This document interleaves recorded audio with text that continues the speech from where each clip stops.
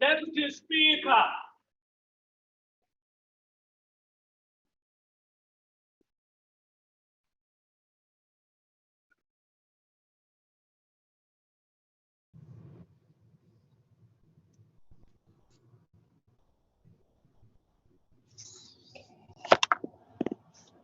We now begin prayer for meditation, in spite of the noise out there.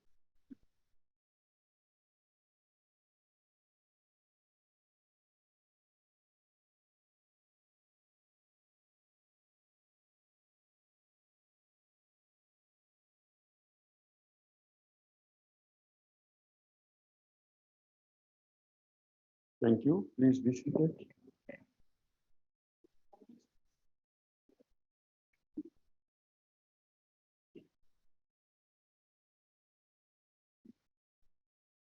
Settle down, members. And do have a sense of timing. When everybody is on their feet, quiet, you don't enter, you stay outside. Just a matter of decorum and respect. Please. Honorable members, Honorable Hildewood, please settle down. Please settle down.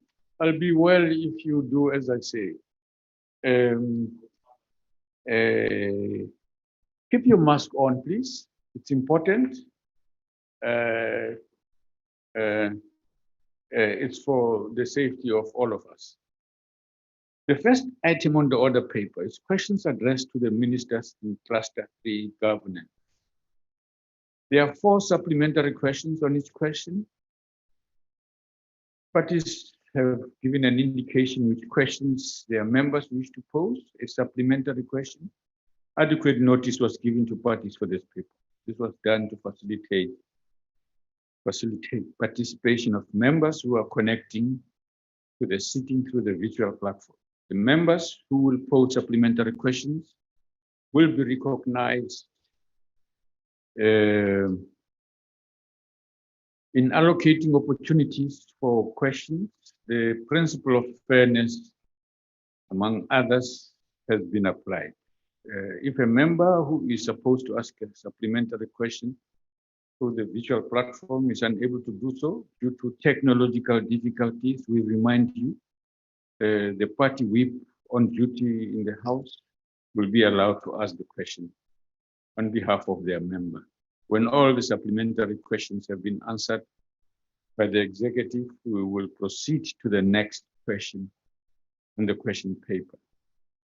The first question has been asked by the Honorable M.M. Dooley to the Minister of Public Service and Administration. I have been informed that the Deputy Minister will be answering questions on behalf of the Minister from the Chamber. Before I call the Deputy Minister, I'm informed that Minister Kunu, Minister Dlamini Zuma, and Acting Minister in the Presidency have submitted their apologies, their inability to be present today. Let's give the Deputy Minister an opportunity to respond.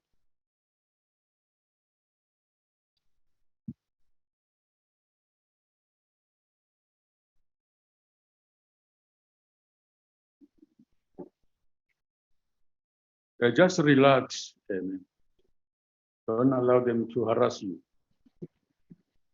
Thank you very much, Deputy Speaker. On the 1st of March 2021, the demands of the labor unions were admitted to the Public Service Coordinating Bargaining Council, PSCBC, and were further submitted to government. These demands are currently being considered by government. In respect of wage negotiations, the parties to the council must abide by PSCBC Resolution 3 of 2017, the Negotiation Protocol Agreement, wage negotiation process.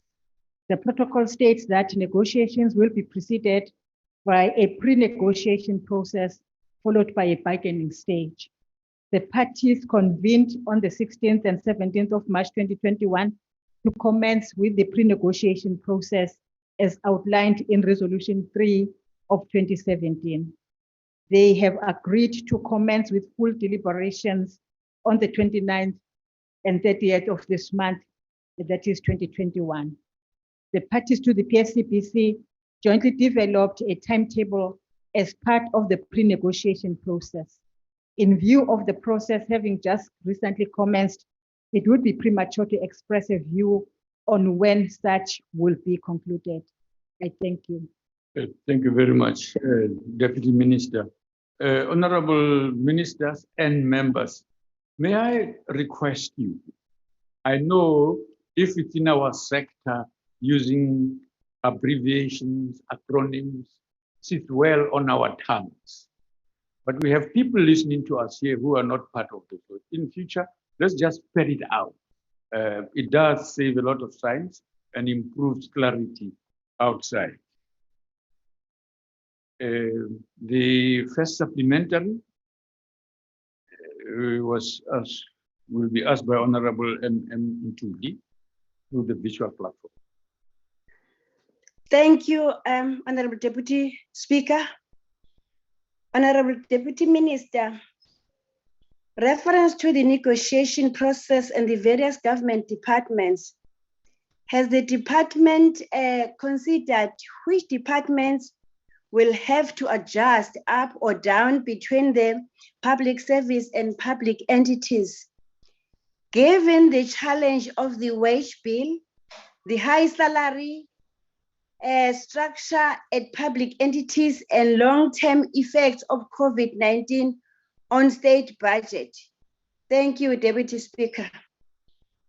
Thank you, Honorable Member. Honorable Deputy Minister.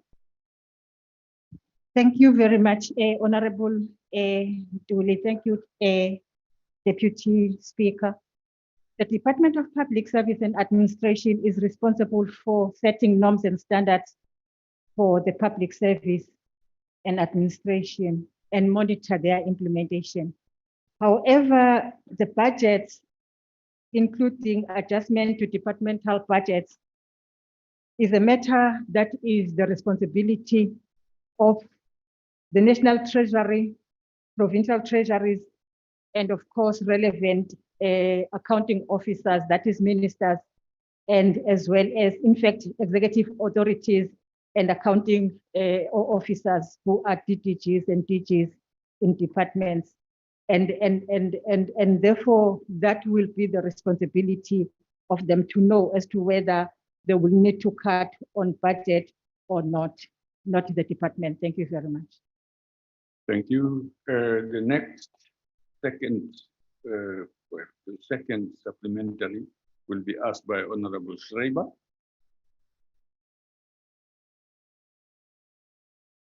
Thanks, Chair, Deputy Speaker. The question to the Minister is really a very simple one about the wage bill. And it's been reported that the demands currently include CPI inflation increases plus 4%. Now, this is in a context where over 2 million people have lost their jobs in the private sector, and lots of people have been forced to take salary cuts. Does the Minister view this demand of CPI plus 4% as a reasonable demand given the current economic crisis in South Africa? Thanks. Deputy Minister. Thank you very much, Deputy Speaker. Thank you, Honorable Schreiber. The labor unions submitted their demands. The Department of Public Service and Administration, representing government and therefore the employer, prepared a consolidated list of responses. That is going to be presented at the chamber. We will therefore not attempt to bring the negotiations to this house. We will not preempt what eventually will happen after the negotiation process has started. I will therefore not be tempted to then say we are or we are not for. It's immaterial for now. Until such time, Deputy Speaker, that the negotiations start and negotiations are done with, then we'll be able to come and report to the House. Thank you. Honorable Deputy Minister. The third supplementary question is by Honorable Mutsepe, CCS.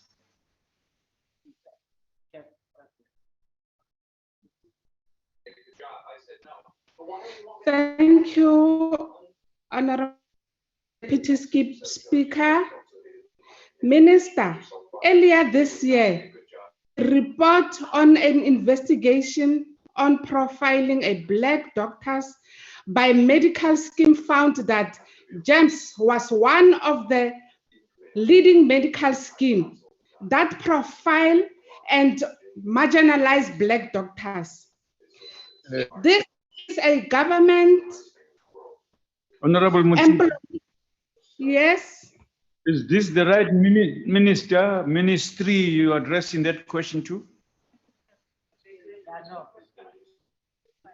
No, wait, let the member respond.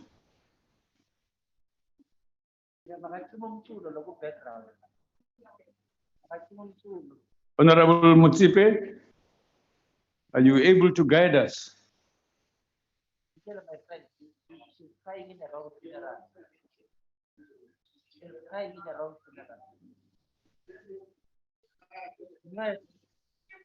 Deputy Speaker, I'm listening. yes, it is the right question, Deputy Speaker. Okay, finish it. Let's hear it. The deputy minister will respond now. It will be her turn to tell us. Go ahead. Finish your question. Okay. So because I've been disrupted, can I start from the beginning, Minister? You won't have. Deputy Speaker? No, Can just I start. start? Okay. Thank you, Deputy Speaker. Minister, earlier this year,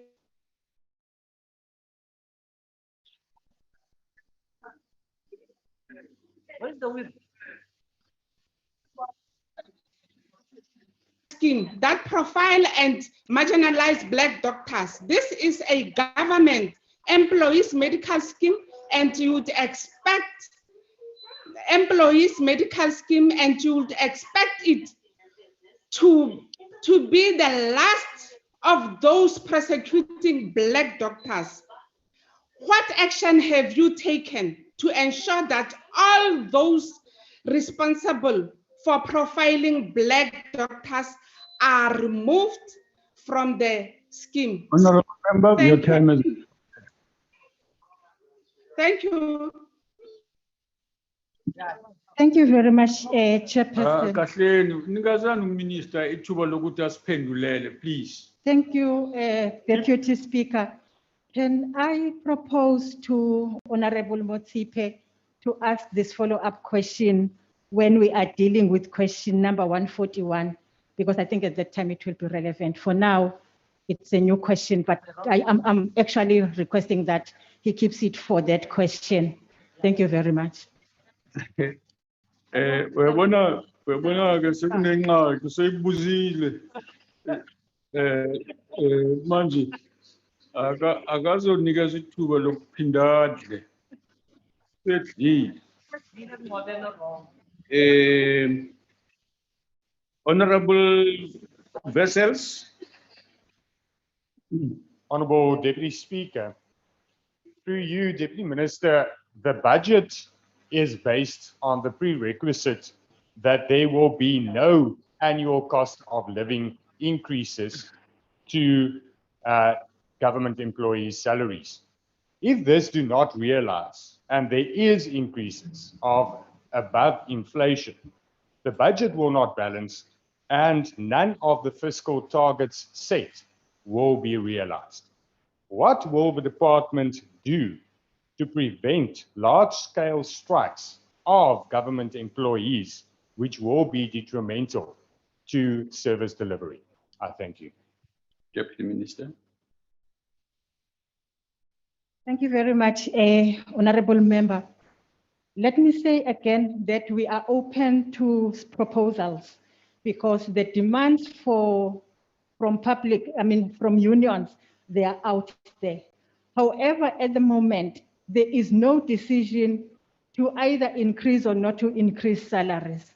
The negotiations are just starting. The labor unions have presented, I've said this, have presented to government their demands. And we are dealing with that. The process to negotiate will kickstart full blown on the 29th of this month. If you want to suggest anything to government as the employer, you can give that to us. For now, we can't say there will be increase, there will be no increase, because then that will nullify the importance of the negotiations. We will go to the negotiations with open minds to be persuaded to persuade the labor unions in terms of the situation in the country, but we will not be tempted to come to the National Assembly and open negotiations when legally so there is a forum at the council chamber where negotiations take place. Thank you very much. Thank you very much. We go into question 130, asked by Honorable CHM Sibisi to the Minister of Public Service and Administration. Deputy Minister. Thank you very much, Honorable Deputy Speaker and Honorable CBC for the question. The collective agreement in respect of the government employees housing scheme between the employer and organized labor in the Public Service Coordinating Bargaining Council was agreed upon to specifically assist public servants who did not qualify for bonds and houses that we refer to as RDP houses.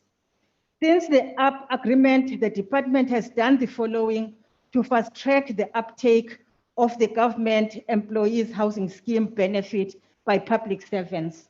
One, through the council, which has established we have established a consultative forum constituting labor and government representatives, parties that will also engage on, among others, the new strategic roadmap to accelerate implementation, and Parliament will be updated once these processes are concluded. We have also established a collaboration system with the Department of Human Settlement and Government Employees Pension Fund per se. I must indicate that quite a number of public employees are using this scheme to benefit on it, that is by having houses, and of course are being assisted on renting, those that are renting houses, and of course saving money for the future use. Thank you very much. Thank you. The next question is by Honorable RMM Lesoma. Thank you, Honorable Deputy Speaker. Sibonge DM for the response that you have given us. Our most interest is for those public servants that are the missing middle. So one would like to know that, is there any indication on when the strategic roadmap is going to be completed so that we can oversight on something that we can measure as well? Thank you very much. Okay. Just hold on that one. We skipped Honorable Sibisi to ask before you come. Deputy Minister. No, it's Honorable Sibisi. Where is she sitting? On visual, Honorable Speaker, Deputy Speaker. Okay, go ahead, Nat. Thank you, Deputy Speaker, and thank you to the Deputy Minister. Deputy Minister, our concern, it's like those who are just in the middle, who doesn't qualify for the bond, and then who doesn't also qualify for the RDP houses. What is the plan or on that strategical framework? Are they being accommodated, or what will happen with them? Thank you, Minister. Thank you. Honorable Deputy Minister.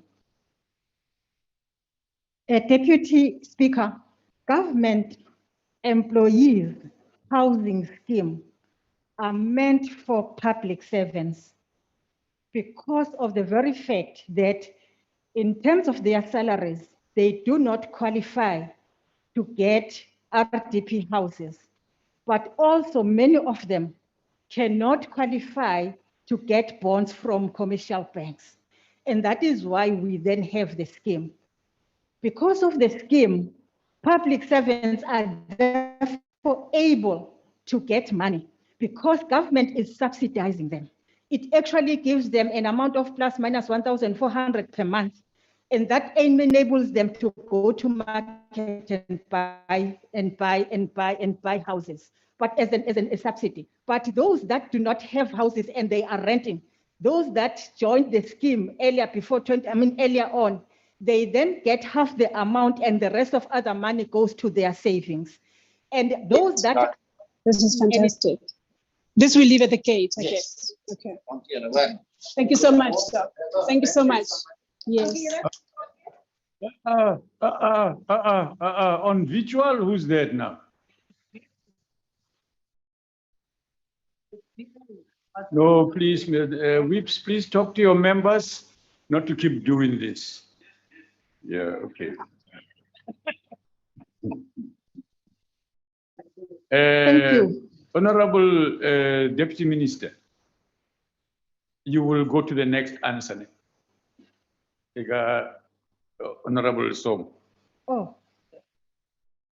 Conservation. Oh. Okay, the mistake was mine. Let me ask her to do it quickly. Sorry, Mike, please. Masibonge sekela somlomo. Sibonge kusekela ngqongqoshe.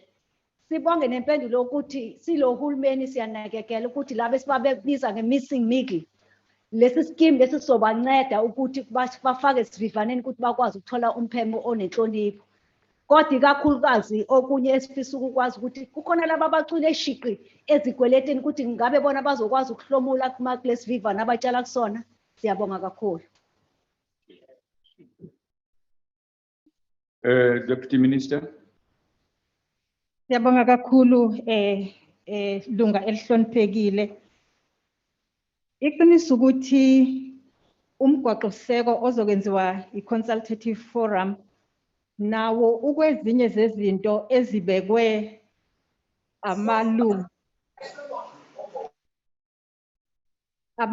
representa abasebenzi. Ikhona lapha ya already sesiyakhile i-consultative forum. Yakhiwa abantu abakhethwa uMinister we-Public Service and Administration nalabo abakhethwa amalunga ama-unions abasebenzi. Yona-ke isizohlala ebese ibuka i-road map yokuthi bazoqhubeka basebenze kanjani kule ndaba.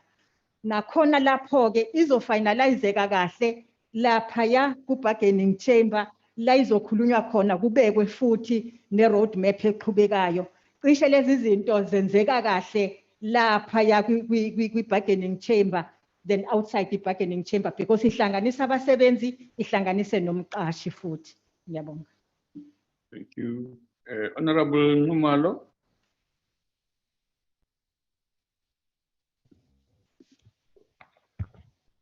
Angithokoze philika somlomo ngithokoze futhi kwisekela lika ngqongqoshe. Bese ngithi what checks and balances and assurances can you provide that this scheme will not fall prey to abuse through corruption activities as related to the assistance provided, in that it will be fairly and equally assessed by all the government employees and not only those in the correct political affiliation? Angithokoze. Honorable Minister. Thank you very much, Honorable Member, for the question. All government employees, when they are employed in public service, part of their orientation involves this. What we also have done is to train HRs in different institutions and departments on this important subject, because indeed it is a privilege for the public servants that they must know about and that they must exercise and enjoy. So we go to them to train them on how this government housing scheme works and what they should do for the employees when they join, and who qualifies and who does not qualify. For instance, if you have a bond, you qualify for a subsidy. If you're staying at your home, you then qualify for a savings that at any time when you want to buy a house, you can use that savings for you to get a house. And we train them on all those issues. And this is a benefit, Deputy Speaker, for public servants, irrespective of their levels. Whether you are level 1 or you are level 12, you qualify for the scheme. And that is why we are training people. We are aware that in some institutions, people join and work for some months without knowing about it. But we are trying our level best to train HRs because they are responsible for that. And probably even if they are listening today, that they have a responsibility to inform their members and check whether they qualify for the scheme, because it is a benefit that is there for all public servants. I thank you. Thank you. Honorable Tring. Thank you, Honorable Deputy Speaker. Honorable Deputy Minister, the ACDP understands that with regards to housing, many government employees fall through the cracks as they do not qualify for bonds, neither do they qualify for RDP houses. Now, Deputy Minister, the ACDP has long called for something a little different, called for the allocation of serviced land sites with the use of the principle of sweat equity, which has the knock-on effect of developing basic artisan skills as a sure and ingenious way of providing houses and developing skills at the same time. Does the minister agree with this intervention of serviced sites and the principle of sweat equity? And if yes, how and when will this be included in the mix of providing houses for government employees? If not, why not? Thank you. Deputy Minister. When the consultative forum starts to do its work, you will be free to make inputs into how the scheme can be improved. So we will welcome whatever input that you might want to make. But I must say that out of 1.2 million public servants, at least about 700,000, they are already benefiting from the scheme. With them having houses and something like 100 and something, I can actually provide you with the figures. They are already using the scheme for rentals. So yes, the scheme is being utilized effectively and efficiently by public servants, but surely we'll want to improve the scheme. We will want to see it doing better. There are quite a number of proposals that we've put forward as the department for the unions to consider and the chamber to consider. If that is allowed, then we think we'll improve on that one. We are open to any proposal if we think that it's going to improve the scheme, which for now is actually providing houses for our public servants. The issue is it was actually established to deal with the very issue that you're raising, that public servants were falling between the cracks. And that is why we have a scheme for no other person but government employees. Thank you very much. Thank you. We go to question 120, which has been asked by Honorable T. Kibi. Now, the Deputy Minister will be answering on behalf of the Acting Minister in the Presidency. Deputy Minister. Thank you, Honorable Deputy Speaker. Yeah, okay. Thank you, Deputy Speaker. The Department of Planning, Monitoring and Evaluation uses a monitoring framework that is linked to the medium-term strategic framework. The MTSF has targets and indicators against which the monitoring framework is based. Targets and indicators are monitored quarterly using data from various sources, including Statistics South Africa.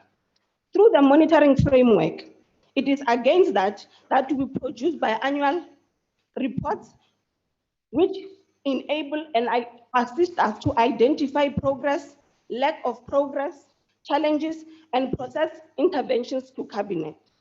We have introduced another instrument in the form of the district development model to coordinate planning in all spheres of government and to also provide a clear line on-site of development at the district level. With new technologies, we are exploring other possibilities of enhancing our monitoring and evaluation capabilities. Thank you. Honorable Kibi. Thank you, Honorable Deputy Speaker, and thank you to the Honorable Deputy Minister for the response.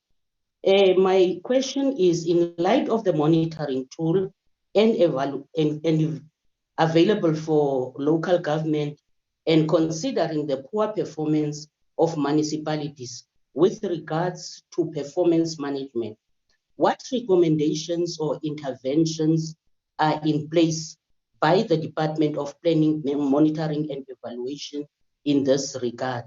I thank you, Honorable Deputy Speaker. Thank you, Deputy Minister. Thank you, Deputy Speaker. You would remember that in the response that I gave at the beginning, we have indicated that we have got what you call the district development model. It is aimed mainly to assist governments planning from provincial, local, and national. Now, what happens with the district development model is that, one, we coordinate and ensure that our plans as government are aligned and they are coordinated. It also deals with the question of one budget for one development, which should be relevant for each and every district. If you'd remember, before the district development model, we had a problem where you would find that a development is brought to a district, and while we're still busy with that, another irrelevant development project is brought. Now, the DDM means that we are coordinating to ensure that when we plan as government, we don't plan in silos. Thanks. Thank you. The second supplementary question is asked by Honorable Malati.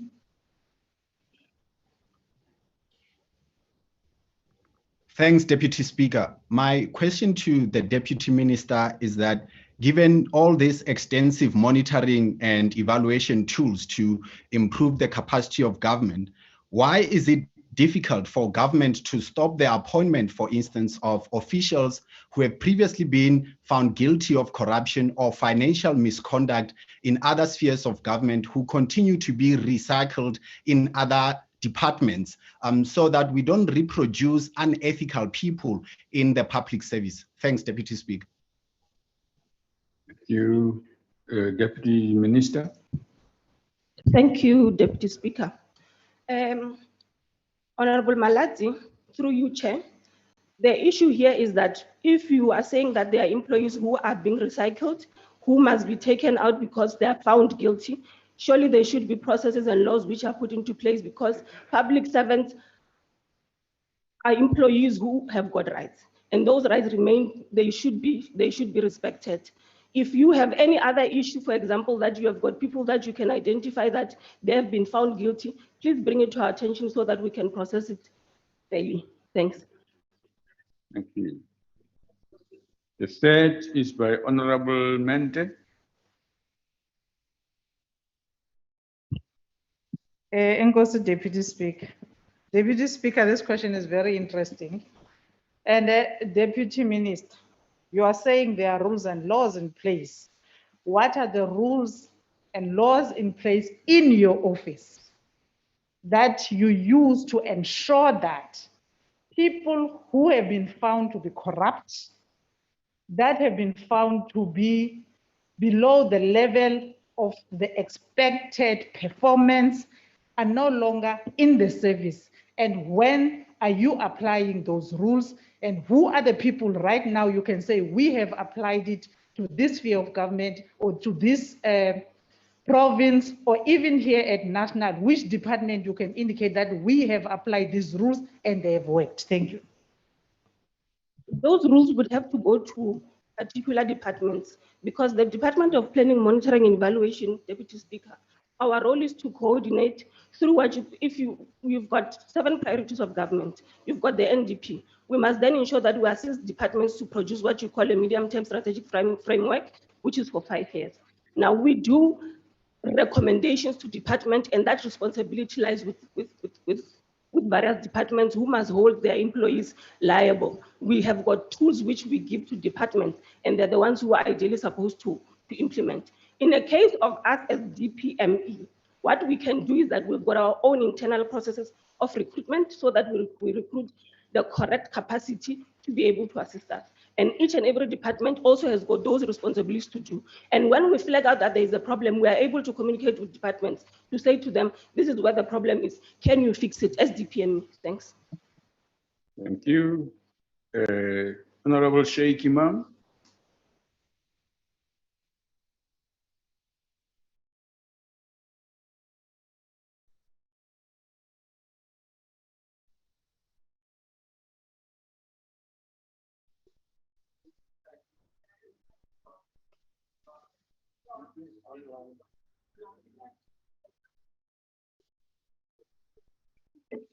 Connect, honorable member. We know you are online. Connect.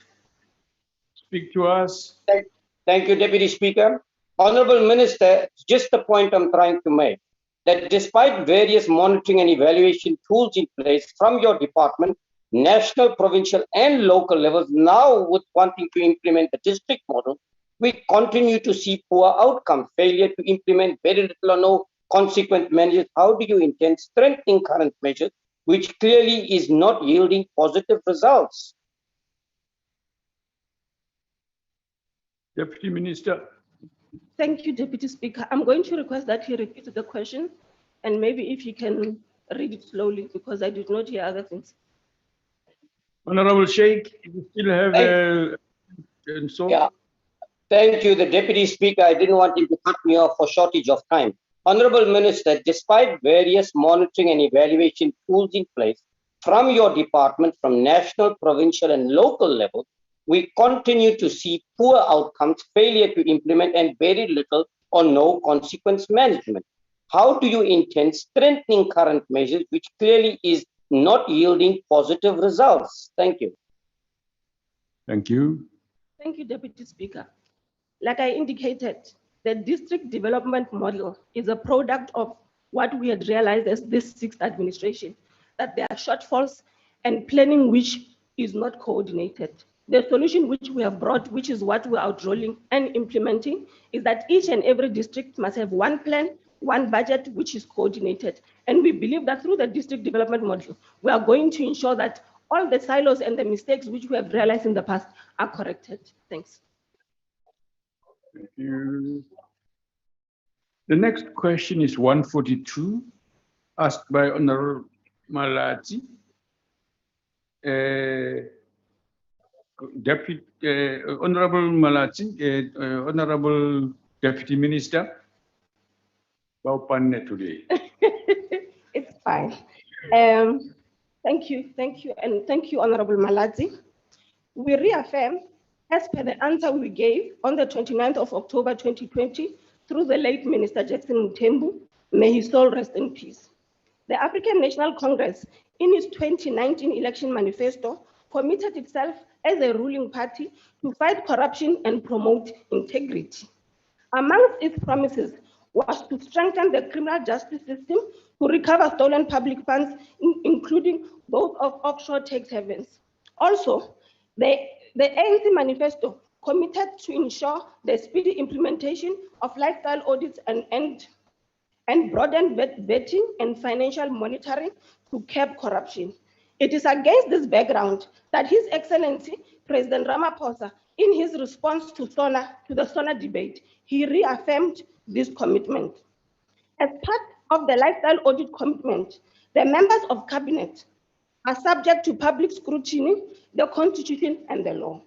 This will further be tightened through the implementation of the framework once finalized.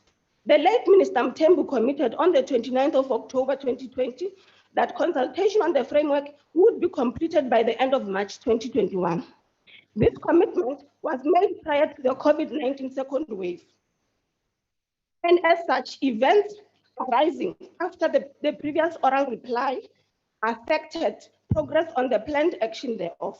Notwithstanding that Cabinet remains subject to the existence of the laws and the Executive Ethics Code. Consultations are still ongoing in relation to the lifestyle audit framework. I, however, Chair, over and above all the things that I've mentioned, state that one, government has implemented, amongst others, a number of initiatives in 2020 to strengthen the rule of law, fight corruption, and ensure that all are subject to public scrutiny, the Constitution of the Republic of South Africa and its laws. The establishment of the Fusion Center, which has drawn together all relevant law enforcement agencies to investigate and prosecute corruption-related cases. The signing of performance agreements with all ministers in November 2020 to strengthen the capacity of the state to increase accountability. The adoption of the National Anti-Corruption Strategy and its implementation plan in November 2020, which rallies everyone towards a common goal in the fight against corruption. GPSA will be introducing lifestyle audit for senior management services in the new financial year. The revised completion date in this regard will be finalized in the 2021-2022 financial year.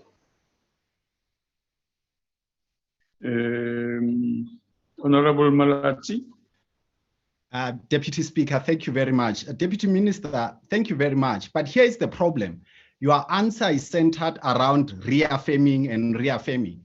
But let's take you back. The first introduction of lifestyle audits by the president was in 2018. So it is fair to expect that work on them began 3 years ago.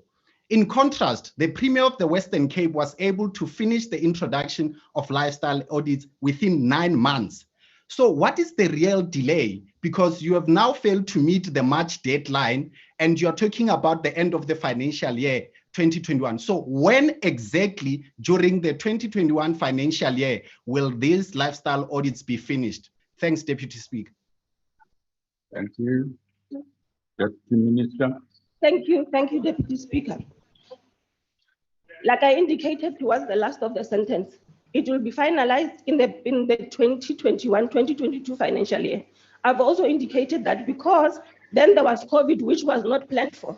That commitment which the late minister had made on the 29th of March had to be pushed back because there is a pandemic. And therefore, we are saying to you, in the 2021-2022 financial year, it will take place.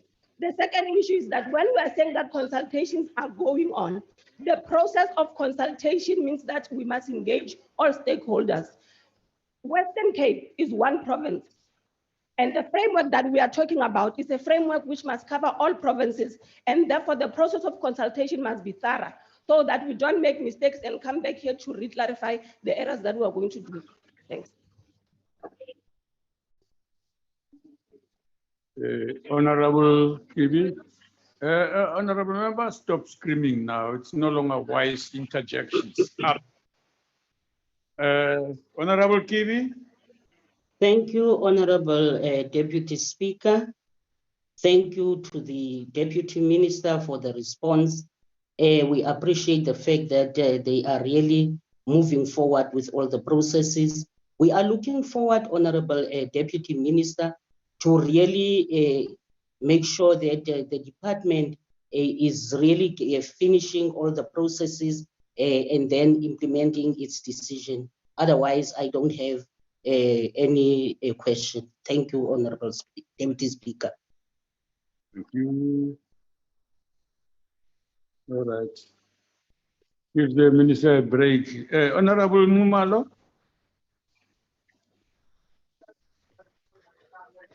Thank you, Deputy Speaker. Unfortunately, there's no break this side for the Deputy Minister. The lifestyle audit and performance agreement of the ministers has been a commitment that has not actually materialized even after the numerous calls by opposition parties in the public, Deputy Speaker. This only leads to one to believe that government is delaying because they are covering up the findings of that request. It is unacceptable to use COVID-19 as an excuse anymore, and nor should the passing of the late Honorable Mthembu be an excuse for such. I would like to know, Honorable Minister, what measures have been put in place for the independent investigation, reports, and the prosecutions regarding lifestyle audits? If none, why not? And if so, what deadlines have been imposed on the conclusion of the investigation to be referred to the judicial system? I thank you, Deputy Speaker. Deputy Minister.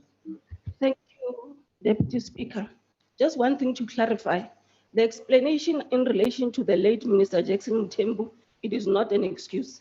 When I started answering the question, I gave reference that he had committed that it will happen by the end of March.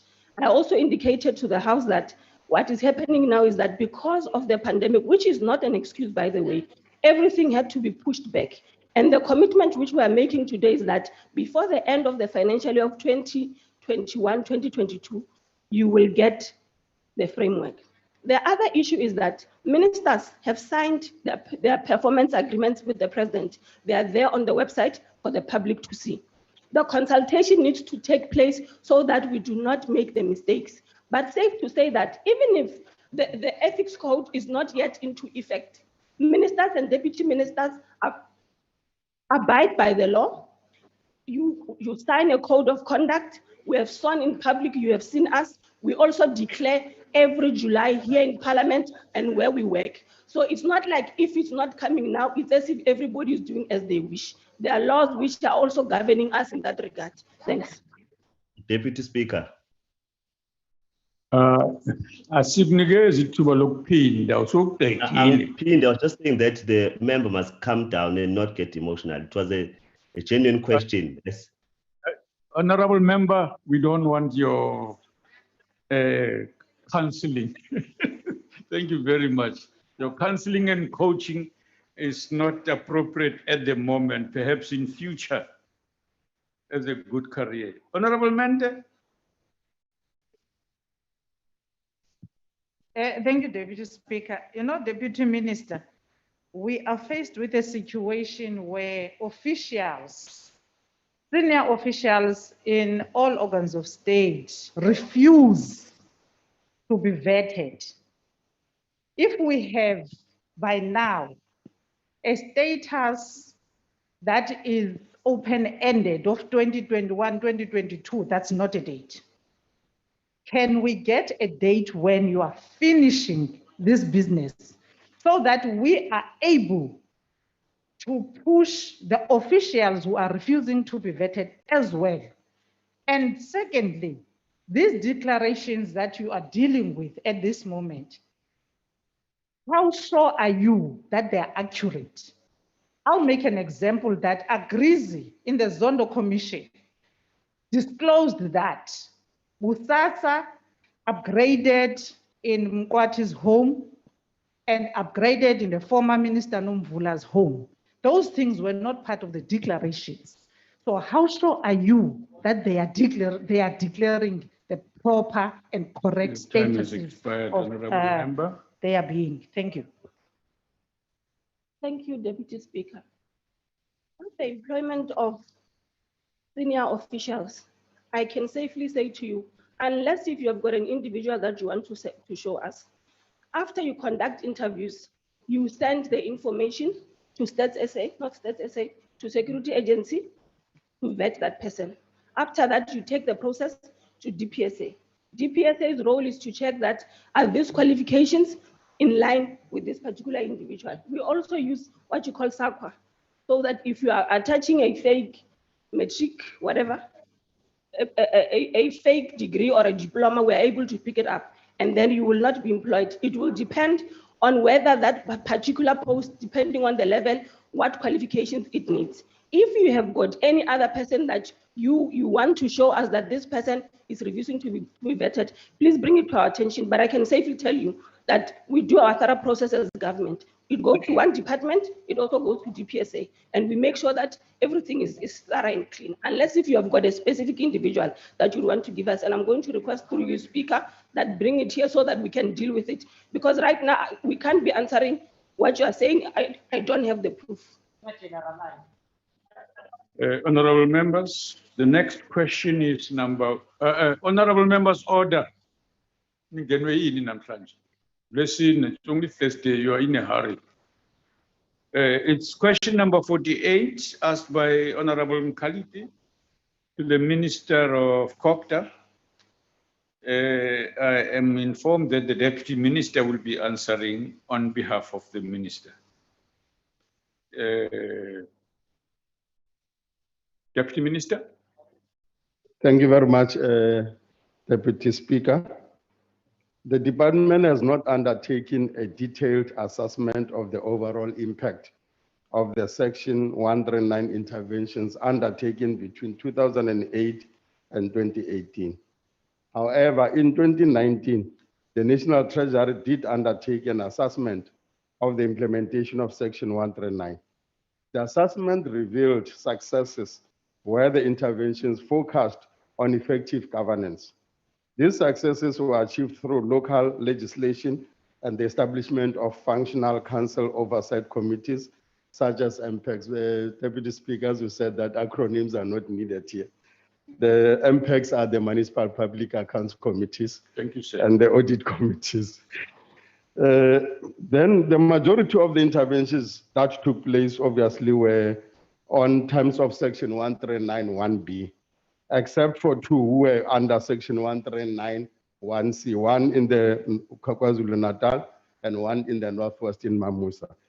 The 139(1)(c), those two municipalities are now better functioning because it was the politics that unfortunately had impacted on those municipalities.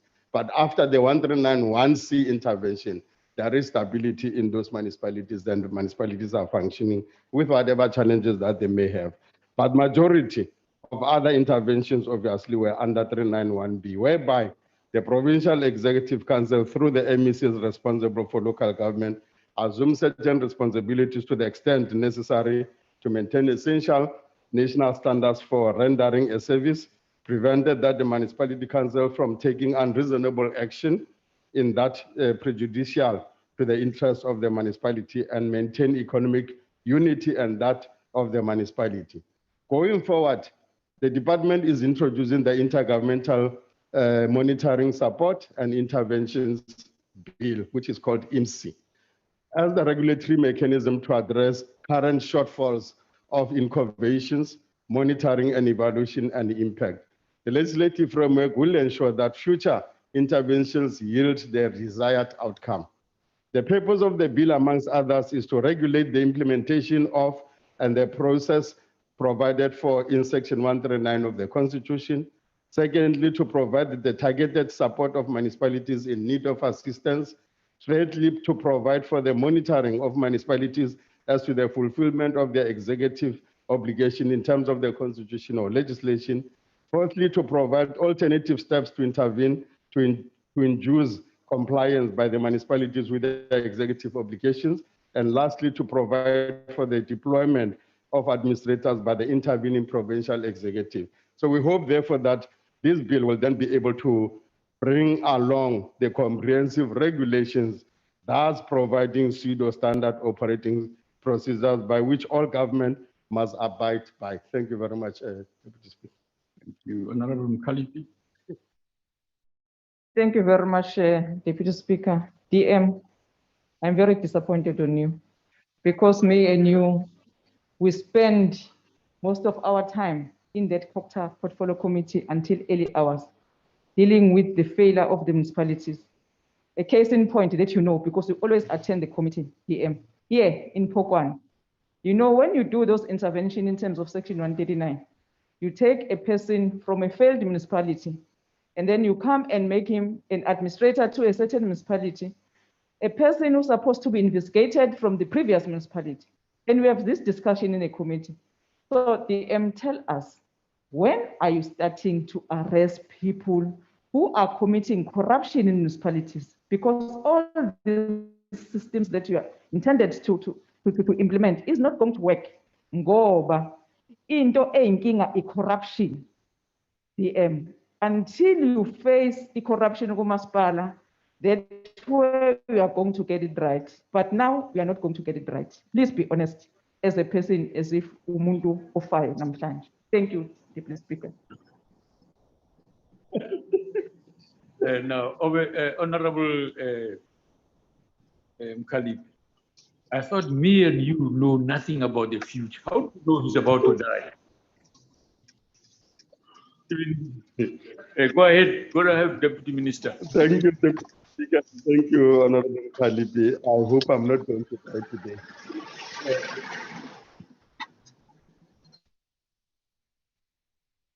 Thank you. Look, I mean, indeed, there are quite a number of challenges in the municipalities. We're not going to be denying that. And I think, as you correctly said, that I do attend meetings of the portfolio committees that goes up to the early hours of the mornings. And then the stories that are emerging in those particular presentations, obviously, are quite huge, embarrassing, some of them, and obviously challenging. So, and the minister is on record to say the situation in the local government space is obviously what it is, but besides the governance issues, besides the administration issues, besides the financial situations, some are politics that are at play. And then there we don't have control as to who you put as a mayor, who do you appoint as MMs, and then those happens at the level of the municipalities, another independent autonomous sphere of government at the local level, and then obviously through the provincial monitoring and enforcement of certain regulatory environment. So we don't have control of the politics. And hence, when I said in KwaZulu-Natal and then also in Northwest, where we intervene with 1C, we're dealing with the politics and nothing else. It was not about capacity of the individuals in the municipality, but they got affected, unfortunately, by the politics. But as we said, corruption is at the core in most of the municipalities. I agree with you. The SIU takes its own processes to investigate corruption. The Hawks also takes its own. You don't just arrest people because there's a report that is there, that is emerging in the municipalities. Such obviously gets reported to the investigating authorities. Based on the investigation, at the point when they are ready to arrest, they will do so. And quite a number of cases are sitting with the Hawks. Some of the investigation are still with the SIU. And I fully agree with you. Once we get rid of corruption, we'll then clean the municipalities. Thank you. Honorable Hadeb. Ngiyabonga, Deputy Speaker. DM, don't worry, be rest assured. You're not going anywhere. You're not going to die anytime soon. DM, there are instances where certain municipalities embrace and accept the intervention. And in those instances, there are positive results because of cooperation. Now, the question is, in those municipalities where they find it difficult to accept and embrace the intervention, what causes the municipality to resist the intervention, and what can be done to ensure that in those instances, we do not go back to a situation where they resist the intervention? Thank you. Honorable Deputy Minister. Thank you, Honorable Hadebe, for the follow-up. It is always better when all three spheres of government cooperate. Then you then begin to see successes and good results. But in most of the often time, where they do not agree and collaborate, you will then see challenges still continuing and emerging. But we have quite few classical examples. The Magana local municipality in the Eastern Cape, which the portfolio can follow up. There was a very big challenges in it, but as we speak today, now there's calmness because of the collaboration that exists between national, province, and the local level, including the district. So there's calmness, though there's still a bit of other challenges, but we can put that as a success. And the many local municipalities, another in the KwaZulu-Natal, where there was an intervention, and there's good intervention, the results that are happening. There are no Starberg local municipality in Northern Cape, is but another, which also had. This confirms that our own long-held view with the bulk of the challenges related to municipalities are governance and politics rubric. So we just have really to deal with the politics so that we can then clean the municipal space. Lastly, intervention must be backed by the appropriate technical support and must have stakeholder support. And I think the IMSI bill, once it comes into Parliament and then it processes and becomes law, it will go a long way in really helping us to stabilize the situation in the municipalities. Thank you very much. Thank you very much, Deputy Minister. Let me call Honorable Brink. Thank you, Deputy Speaker. One of the examples, Deputy Minister, of intervention that doesn't work is in JB Marks in the Northwest. Now, you know that the Northwest is a province under national government administration. It has no functional impact. The mayor there is being charged with corruption, refuses to go. Services are badly affected. Given that national government is in charge of the Northwest province at the moment under Section 100 of the Constitution, what can you and the minister tell the people of JB Marks you will do to improve the situation there? Thank you, Deputy Speaker. Thank you very much. Almost Deputy Minister. Thank you, Honorable Brink. It's true that there are quite a number of municipalities, as we said to JB Marks. We are already engaging on a process of finding a solution using Section 139 7 brackets, where it's an international, it's national intervention. We don't have to wait for provinces because sometimes the province takes time to respond to a particular situation. And we are engaging and informing the province that that could be the route. And then we will then be considering that route. And most of the time, we don't use that Section 139 bracket 7. We tried the 139, we tried the 154 intervention, but then when they don't work, particularly by the province itself, the minister has the power to can then say, province, you are now failing in this municipality. We have given you notifications. We have given you circulars to say, go and intervene. And failure to do so, you will then have to invoke. And then definitely, Once the minister is ready to invoke that particular section, we'll do so. And to the people of JB Marks, we know that services are being impacted along this particular quagmire that we find ourselves in. But as national ministry, we will definitely be coming on and ensuring therefore that we intervene and we bring sanity and calmness in the municipality for service to be rendered. Thank you very much. Thank you very much. The last supplementary question on this part is asked by Honorable I.M. Groenewald. Thank you, Deputy Speaker. DM Section 1391B states that the provincial government must assume responsibility for the relevant obligation in municipality to such an extent that is necessary to maintain essential national standards or meet established minimum standards for the rendering of services. Can the DM state what the minimum standards are and confirm that it have been implemented in the municipalities that were under Section 139 intervention? Thank you, Deputy Speaker. Thank you, Deputy Minister. Thank you, Honorable Groenewald. We have what you call guidelines, not minimum standards, because the minimum standards will arise when the MC bill comes into force. At that point, we'll then have what you call standardized operating procedures that will then guide. But currently, we've got guidelines that we have shared with the provinces, and then they were adopted also at the min-make level. And the provinces are supposed to be using those guidelines in order to intervene at the level where a municipality functions within those particular guidelines as agreed.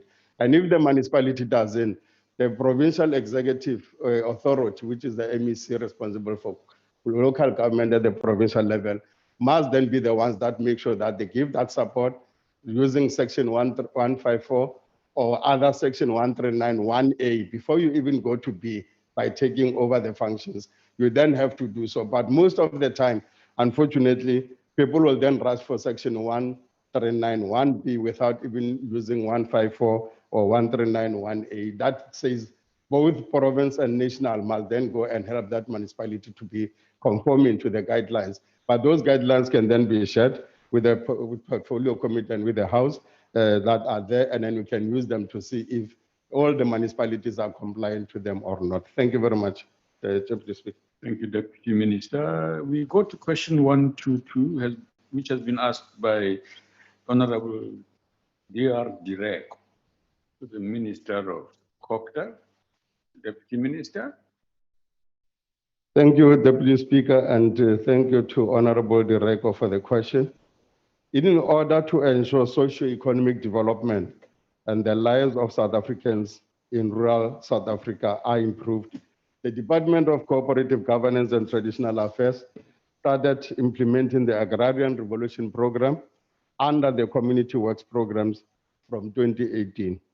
In order to coordinate all relevant government departments, the South African government is implementing the district development model so as to integrate and coordinate all spheres and departments of government. To contribute and complement the implementation of the DDM in the context of the Agrarian Revolution Program, the Departments of Cooperative Governance and Traditional Affairs have held consultatives with the Departments of Agriculture, Rural Development and Land Reform, Forestry and Fisheries, Human Settlements, Water and Sanitation, Small Business, Trade Industry and Competition, and Small Business Development. As a result of this consultation so far, a memorandum of understanding has been signed with the Departments of Agriculture, Rural Development and Land Reform. Since 12 of the 34 projects are in KZN, an additional MOU has been signed with the Provincial Department of Agriculture and Rural Development in KZN. These agreements will enable the direct technical and equipment support, as well as the provision of the extension officers to this Agrarian Revolution project. To complement these efforts, the traditional leaders, as part of their Invest Rural strategy, have provided land parcels amounting to 1.5 million hectares within their areas of jurisdiction, so as to extend the impact and number of Agrarian Revolution projects. We hope, therefore, that these programs will then begin to roll out and ensure that we are able then to help the rural people really to also benefit. Thank you very much. Thank you, Honorable Deputy Minister. Honorable Dico. Thank you, Honorable Chairperson. The current state of affairs in our country require a hands-on approach by all provinces. Has the department considered signing the memorandum of agreement with all the remaining provinces, Provincial Department of Agriculture and Rural Development in order to support all agrarian projects implemented in those provinces? Thank you, House Chair. Thank you, Honorable Deputy Minister. Thank you very much for the follow-up, Honorable Director. Yes, we are discussing with other provinces to take the model of KZN. And then currently, there are 34 projects that are already there and then inside the following province, 7 provinces, which is in the Western Cape, the Eastern Cape, KwaZulu-Natal, Free State, Northwest, Limpopo, and Mpumalanga. But obviously, we have not yet signed the MOUs with the 6 other provinces where these projects are taking place. And we're just taking this lesson of KZN. We're still going to be evaluating it, working with the Minister of Land Reform Agriculture, including the Minister of COGTA, so that we could then begin to lessons learned, so that when we engage with other provinces, we then take the lessons learned so that the mistakes that might have been there and picked up at the beginning of the program itself do not repeat themselves across others, and obviously adapting it to what is doable in those particular provinces. And definitely we will be doing that and ensuring therefore that the money that has been set aside for this particular project is used, and then we're able to see the issue of hunger, poverty being reduced in those particular rural areas. Thank you very much. Thank you. The Honorable Mr. Brink. Thank you, Chair. Deputy Minister, I don't know about an agrarian revolution, but I do know that many of the small towns that form part of the agricultural economy are falling apart in terms of service infrastructure, polluting natural resources, including rivers. And what we hear at the Portfolio Committee is that these municipalities, for example, Lekwa on the Vaal River, cannot fill positions such as CFO and head of engineering services. They can't find qualified people to even apply for those positions. My question is, what is national government doing to make work in local municipalities, municipal administrations attractive to the qualified professionals that keep the lights on and the water flowing and the sewage flowing in the right direction? Thank you. Thank you. The Honorable the Deputy Minister. No, thank you very much, Honorable Brink. Indeed, it's quite difficult, and I think this has been engaged with the organized body, SALGA, South African Local Government Association, around people who are refusing to take jobs or positions in the most remote municipalities in our country, in the most rural municipalities in our country. And you find that people are only want to be living in the cities or in the bigger or what we call secondary cities. And once positions are available in those small towns, it's very difficult to attract skills to go there. And when you are engaged and ask why, they say no, the life aspects of the conditions is not attractive. They are no longer just looking at the job, but they also look at the livelihood part of it. And they say, am I going to be condemned or stay in that area? Very few people are available, but we must thank those who are still available to take jobs in those particular areas, so that with their capabilities, they are able to help the small towns and then also the small municipalities really to perform their functions and their duties. But more often, obviously, particularly in the technical skills engineering, most municipalities are suffering. Hence, you see the sewer, the spilling into the rivers and so forth. But we will, obviously, and we're engaging with the SALGA as an organization, but also as COGTA to say, what is it that we can then do really to attract these skills to go? It's not about the living conditions, but it is about the skills that we need to go and help service the municipalities in those areas. Thank you very much. Thank you. The Honorable Sukers. Thank you, Chair. Deputy Minister, women constitute close to 70% of the agricultural workforce and therefore are the major contributors to food security.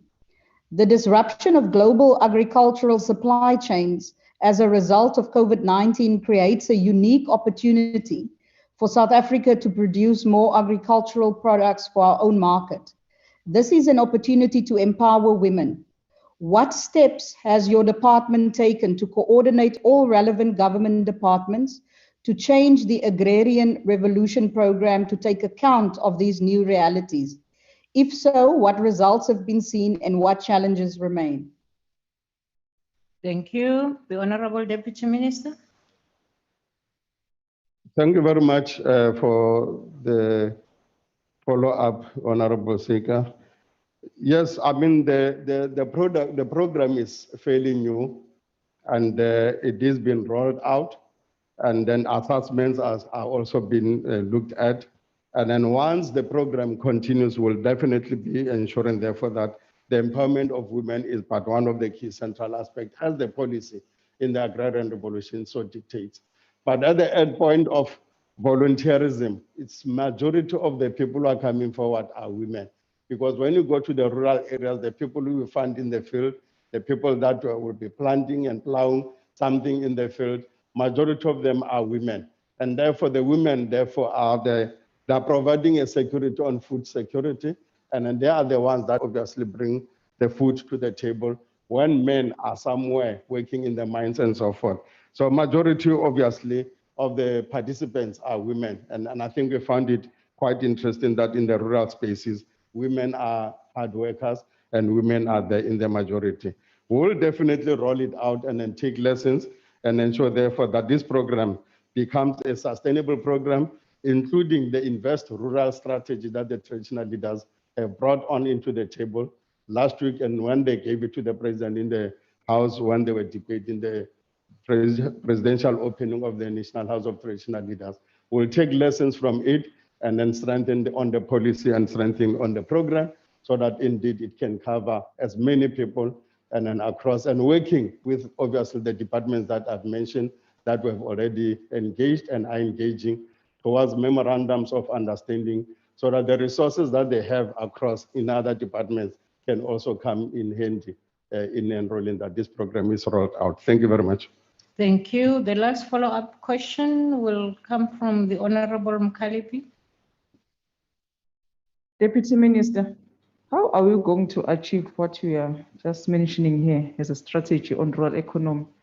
While those traditional leaders, they've been complaining to you and to us in the portfolio committee that they are being treated as a stepchildren in the municipalities.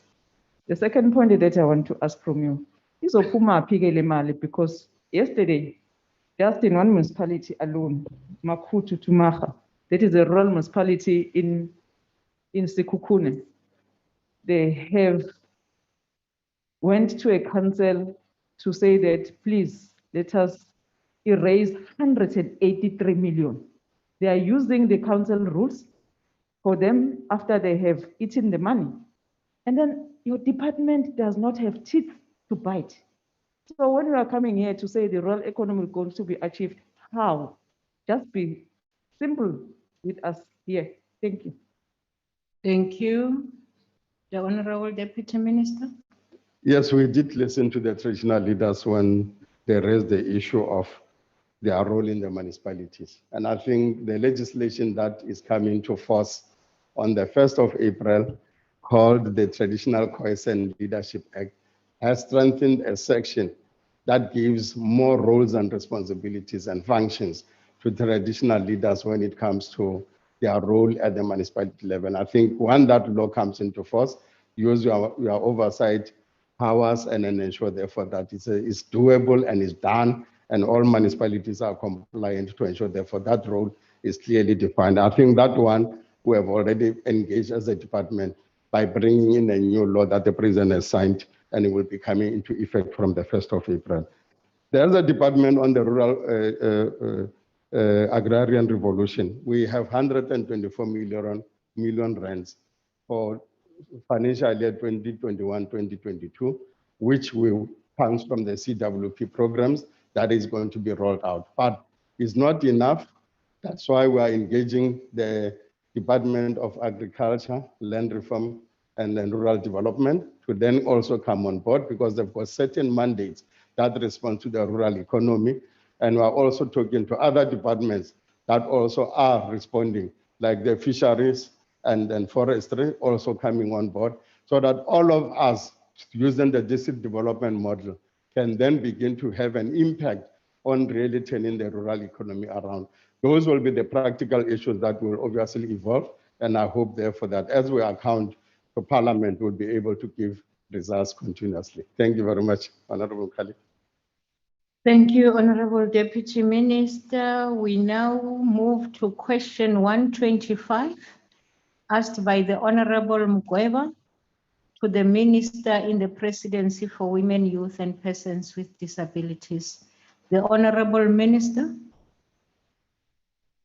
Thank you very much, Honorable Chair. Yeah, and Honorable Mugweba. Yes, an updated progress report on the implementation of National Strategic Plan on Gender-Based Violence and Femicide is continuing to be provided through the Presidency. That's where we started. We started by sending weekly reports to the President. But we can assure the House that overall, since 2020, the production of total 28 weekly reports and 1 monthly report has been coordinated by my office and submitted to the Office of the President. From these reports, the first biennial progress report was produced in September 2020. We are currently finalizing the production of the second biennial report by the end of March 2021. Since the implementation of the National Strategic Plan, NSP, for gender-based violence and femicide, the benefits to society, including that of the GBVF hotspots, is demonstrated through increased awareness on what constitutes gender-based violence, increased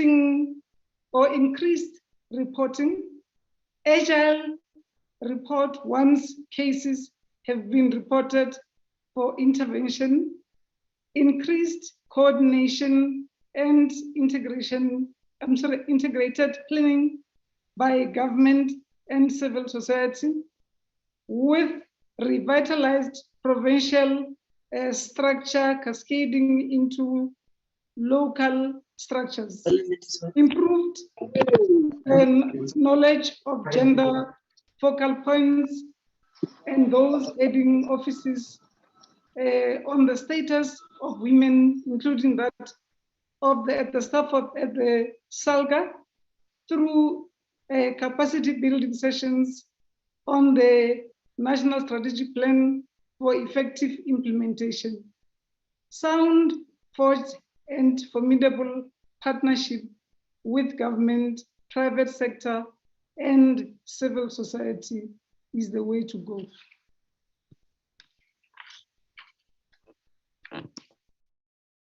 Is the Minister done? Or is the problem, communication problem? No. Oh, you are done. Thank you. Thank you very much, Minister. Honorable Mugweba. Thank you very much, House Chair. And thank you, Honorable Minister, with your response. However, patriarchal practices has been identified to be the root cause of gender-based violence and toxic masculinity. Has there been new programs that have been developed to deal decisively with patriarchy? Thank you very much, House Chair. Thank you, Honorable Mugweba. The Honorable Minister. Honorable Chair and Honorable Member. Yesterday, we had a very interesting meeting with the countries or ministers of IPSA, India, Brazil, South Africa, a formation that is almost 20 years old.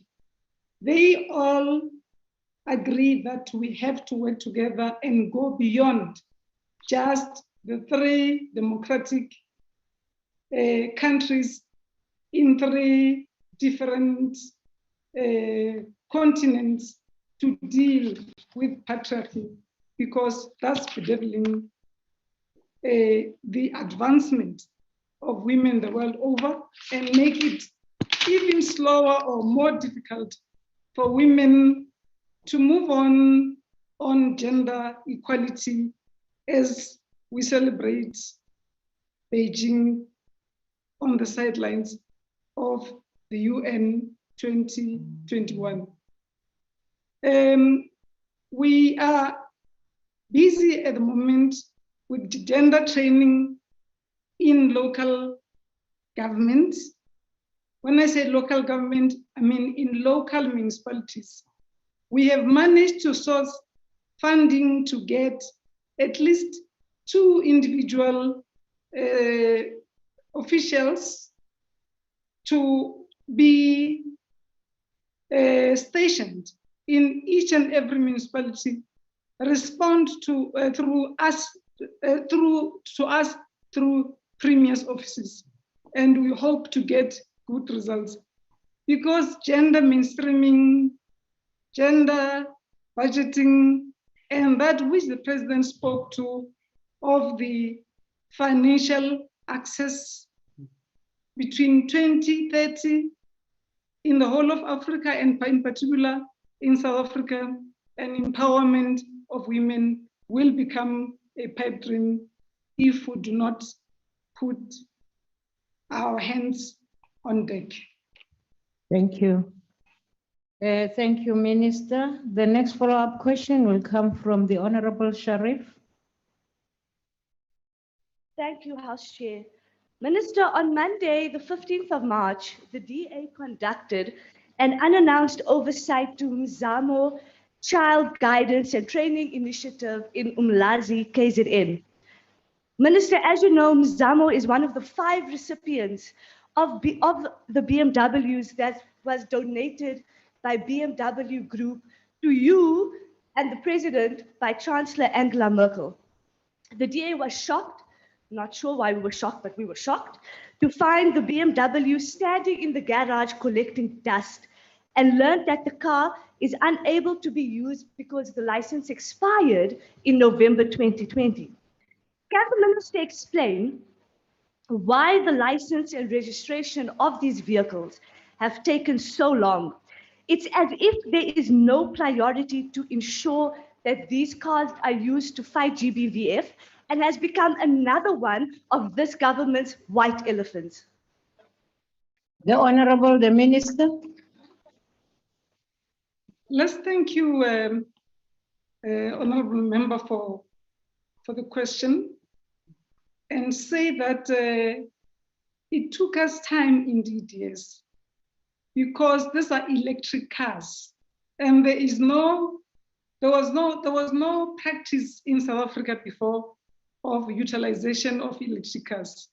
So we couldn't send or donate these cars in areas where they would not necessarily be utilized on arrival. But the first problem, therefore, was first get to a place where they will not be standing because there is no electricity, but where they will be refilled earliest. Third, that there would be competent drivers to do so. There were 5 cars, by the way. There were not more. And when the 5 NGOs came to receive these cars, they made an undertaking that they will make a follow-up. Remember, the issue of gender-based violence and femicide, as you said, it's not a government-only issue, but it is an issue that we have to work on in partnership with the private sector. The Germans provided the electric cars, the cars of the future. We had to get insurance included in that. We first had to get permanent site office in Pretoria first, before we could, and all the other issues that I've raised before we could distribute them. We will follow up on the issue you've raised, and you will find that indeed, as we do so, as I said, what I said earlier on, we should have monitors, 2 at least, in each and every province, even for future demands that will be making, not only making demands, but training people so that they also send challenges back. Honorable Minister, please let's check our time. I've given you more time. Please let's check that we stick to our time. Mama Usengwa, isikhathi ngesakho. Ubaba uNcumalo Sihlalo. Usongenela umama manje wena. Kubeka baba. Ngiyathokoza Mhlonishwa Sihlalo. Honorable Minister, well, in terms of the expenditure analysis of 2021 of the Department of Women, Youth and Persons with Disabilities, Vote 20, the department plans to conduct 12 public participation initiatives and 4 community mobilization to assist the government in identifying gaps in the gender policy and how best to respond to the citizens' concern. Now, Honorable Minister, according to the vote, 59.8 million has been allocated over the medium term for these initiatives. Now, considering the amount of money allocated to such initiatives, what are the details of such initiatives and where can the public find out more on how this money will be specifically allocated? Angithokoza. Thokoza Mhlonishwa. Siyathokoza Mhlonishwa. We will not have a standalone program this year, as it is a very special year. We are celebrating the 150th anniversary or birthday of May Charlotte Manye Makeke, the first woman to receive a science degree from the United States of America in Wilberforce. So we will link up the coordination, as you talk coordination, with the municipalities that we will find ready to work with us. We already have, and we will be in Butokwa, where she was born, to move on to other remaining. Focus for us will be health, mental health, issues that women don't get killed by loved ones. Even if they are strangers, women do not kill themselves. But we are, because of COVID, having to use the hybrid model to reach out to at least, within the limited budget, 6 dialogue within this financial year. But that which you've said, the numbers you have mentioned, we need to have a side meeting to confirm on the budgets. Thank you very much, Honorable Minister. Mamsonti. Thank you, Chairperson. Thank you, Chairperson. Minister, your department doesn't have any agency that you oversee, which aims to combat the abuse of women and children in this country. The best you can do is to beg the Minister of Police to make certain interventions and hope that the NPA has stamina to prosecute GBV crimes. The reality, however, is that perpetrators of GBV crimes are living large in this country. What sort of accountability mechanism do you think are needed to give your portfolio some teeth in the fight against GBV, because you are pretty much toothless at the moment. Thank you, Chairperson. Thank you. Mhlengo will remember that when this ministry, particularly for women, not now inclusive of youth and persons with disability, when it was formed, it was after we thought women could get or derive joy from departments. Our priority number one is not to grab an agency, is that women should get service in all the departments, particularly the departments that had promised or have been given a mandate to service women in one way or the other, including SASSA. So we are not about to look for an agency, but we are about to send monitors working together with monitoring and evaluation to make sure that indeed women get financial access, that women become part of what is happening globally, of reaching out to the empowerment of women. We do have, at the outset, when Cabinet adopted the NSP, we formed, or President allowed us to form what we refer to as the Interministerial Committee. That Interministerial Committee has Minister of Police, has Minister of Social Development, has Minister of Justice, has Social Development, has Public Service and Administration, and Treasury, including ourselves. When we started answering the questions this afternoon, we started by seeing how will the regular reports be sent? Which reports? The reports of the IMC. Thank you, Chair. Thank you. May I remind everyone who will be answering, the first question is 4 minutes. When you respond to the question posed, thereafter for supplementary questions, you have 2 minutes to respond. Thank you. We now move to question 119, asked by the Honorable Mamabulo, JB, to the Minister of Public Service and Administration. The Honorable the Minister.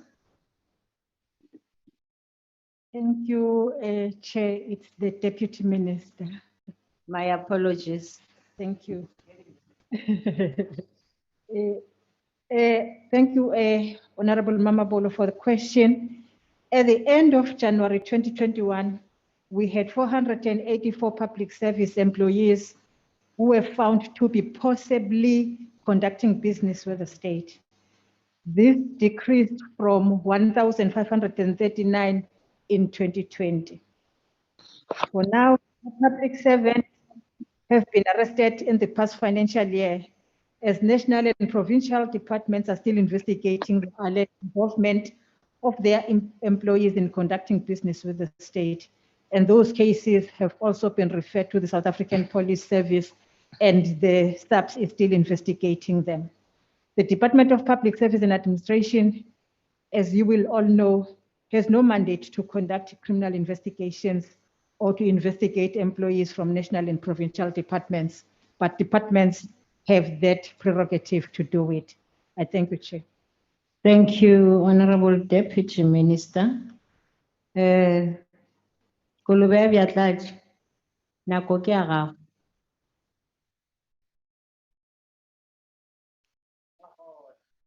Tate Mamabulo.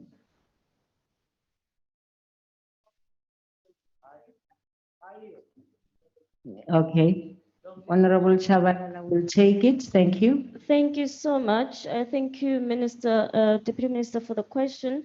The follow-up is that there are still public servants that continue to conduct business with the state Although there are consequence management measures in place, will the department consider innovative measures of consequence management to deter other public employees from conducting business with the state? I thank you. Thank you. The Honorable the Deputy Minister. Thank you very much, Honorable Member. Through the Public Administration Management Act 2016, conducting business with the state was criminalized. We actually said that it is a criminal offense, but also it is a misconduct. And because this is a criminal offense, it does carry a jail sentence of 5 years, as well as the possibility of being dismissed following the disciplinary processes. Or you can be dismissed and also be found guilty and therefore be jailed. The Department of Public Service and Administration, working together with the police, as well as the Department of Justice and Correctional Services, entered into an agreement which aims to fast track the processing of these cases. But also we have detected that some of the officers in departments are not able to conduct investigations of these cases, such as your ethics officers. They're not able to investigate these cases. We have conducted training for them so that they investigate these cases for possible disciplinary processes, but also for assisting SAPS as it conducts these cases. I must indicate that the numbers do not by themselves confirm that a person is conducting, but the numbers are saying you are most likely that you are conducting business with the state. And how we get the information, I can explain it if I'm asked to explain. Thank you. Thank you very much, Deputy Minister. The next follow-up question, Dr. Gondwe. Thank you very much, House Chairperson. Honorable Deputy Minister, Chapter 6 of the Public Administration Management Act of 2014 provides for the establishment of the Public Administration Ethics, Integrity, and Disciplinary Technical Assistance Unit. Is this unit currently operational? And why is it not playing a pronounced and leading role in ensuring that public service employees who are found guilty of conducting business with the state are successfully prosecuted and, where necessary, arrested? Thank you. Thank you. The Honorable Deputy Minister. Thank you very much, and thank you, Dr. Kon. Surely you will know that there is already TAU. It is operating. And it assists departments. When you talk about the training that I referred to, it is TAU that provides that training. It is TAU that assists police with the information. It is TAU that when it receives the information, remember we get the information from National Treasury. National Treasury gets it from the Central Supplier Database. And it says Cindy Chikunga, Dr. Konde, so. They are in the National Central Database. And then the TAU will then take that information and punch it onto the PESAL. And PESAL will then say, yes, Dr. Konde has the PESAL number. And that therefore confirms that Dr. Konde is indeed a public servant. But it says you are at the central database, a supplier database, but it may not give all the information to say, indeed you are doing business with the state. And that information therefore is taken to SAPS. For instance, in 2020, we gave a list of 1,539. But SAPS came back to us saying, no, that number is supposed to, we only are able to confirm something like 578, because that is the information that we get. And then TAU realizes the shortcomings and supply that information to different departments and identify weaknesses, like I've said, and they train them, they assist the police. They are the ones that said, let's probably agree on a memorandum of understanding so that we have this memorandum of understanding that says we are going to investigate these cases. But let me say, honestly speaking, public servants should be knowing, and you are right, public servants should be knowing that it is illegal for them to conduct business with the state, and they should not be doing it. Because when we are to hand over these things, so actually burdening the already overburdened the criminal justice system. Thank you. But that will be there. Thank you very much. Thank you. Mevrouw Denner, dis u nou se geleentheid. Dankie, agbare huisvoorsitter. Deputy Minister, in many cases during investigations into irregularities and wrongdoing by public servants, these officials resign before investigations are concluded. And it is a fact that such disciplinary investigation or action is then stopped. In many cases, investigations do not even start due to the subject's resignation. What will the department do to ensure that such investigations are still concluded, even if the investigated official has resigned, and that the applicable consequences, such as criminal prosecution, are then in fact enforced? And to prevent such officials being appointed in other departments or even municipalities, will you consider blacklisting guilty officials from reappointment? House Chair, I'm not sure if the Deputy Minister heard my question now. Yes, I have. Okay, she says she did hear what you were saying. If you're done, she's okay. Mamtola Shevalama. Yes, continue, Deputy Minister. Thank you very much. The departments can only discipline their employees. When I resign or you resign, the contract between the department and myself ends there. So there's nothing that you can do about me because I'm no longer your employee.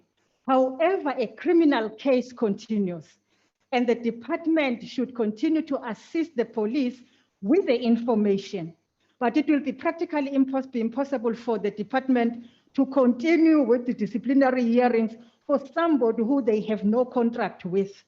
And that talks to quite a number of other issues because sometimes you will get some requests from departments for people that have already resigned, extending contracts for people whose contracts have ended.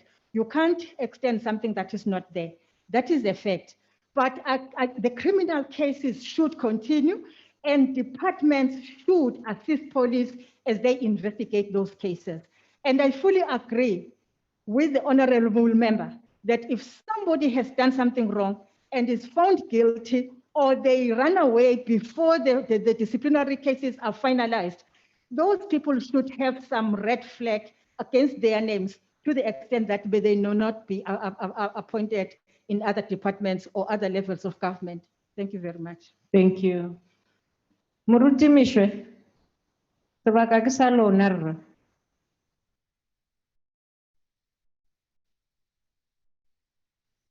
Muruti Mishwe. Realocha, Udula Stulo. The media statement released by the Department on Discipline Management in October last year stated that the Public Administration Ethics, Integrity, and Disciplinary Technical Assistance Unit was established to reduce and eliminate the prolonged precautionary suspensions in the public service. All public service servants know that it is illegal to do business with the state, but they continue doing it because they know that the punishment they're getting is very, very minimal. Is the minister able to tell us, as an example, of how many public servants have been given maximum penalties so that a clear message can be sent out there that doing business with the state is illegal and it will not be tolerated? And again, what is the minister able to say about reducing these prolonged precautionary suspensions because they are stealing money that doesn't belong to them? Thank you. I think the Reverend is correct with regards to the responsibilities of TAU. They don't investigate, police do investigate in terms of the Constitution. However, they provide information to both departments and staffs or law enforcement agencies, because if NPA would ask for any information, they will have to do that. Let me again say it that these are allegations, possibly doing business or conducting business. They call for investigations. And we have handed over, TAU has handed over a list of names, like I've indicated for this year, 484 was handed over to, is it 400? It's 800. It's 484 to the to police for them to investigate. But also that list is handed over to departments because TAU cannot go to a particular department to investigate, and it cannot go to a particular department to discipline people. That is a decentralized responsibility in terms of the Act.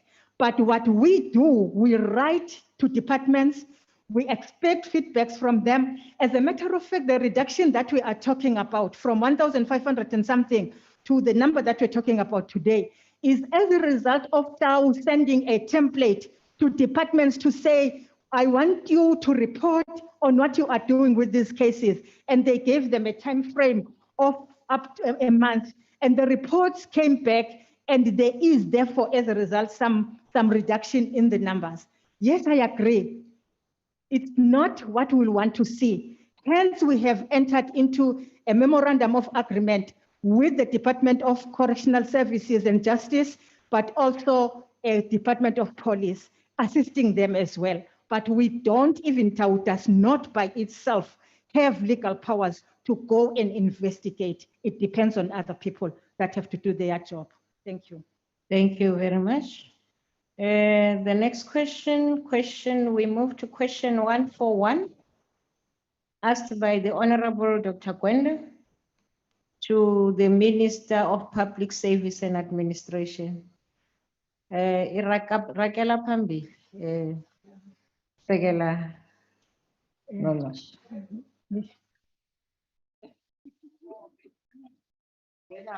Ungena.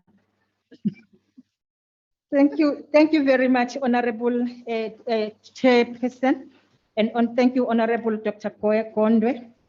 A comprehensive forensic investigation overseen by the GEMS Board was launched and completed early in 2018 after the tender irregularities recently reported in the media were uncovered in 2016, following whistleblower complaints.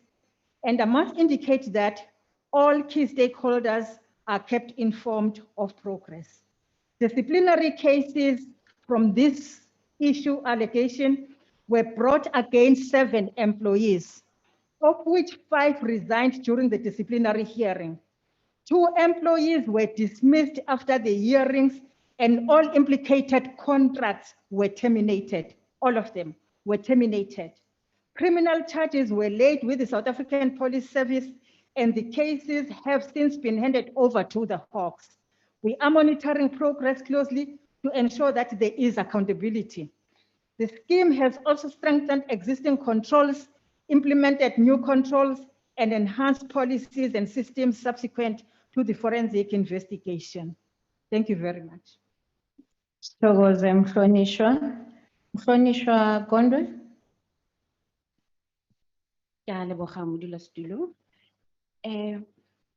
Honorable Deputy Minister, I hear what you are saying about the forensic investigation that has been conducted by the GEMS Board.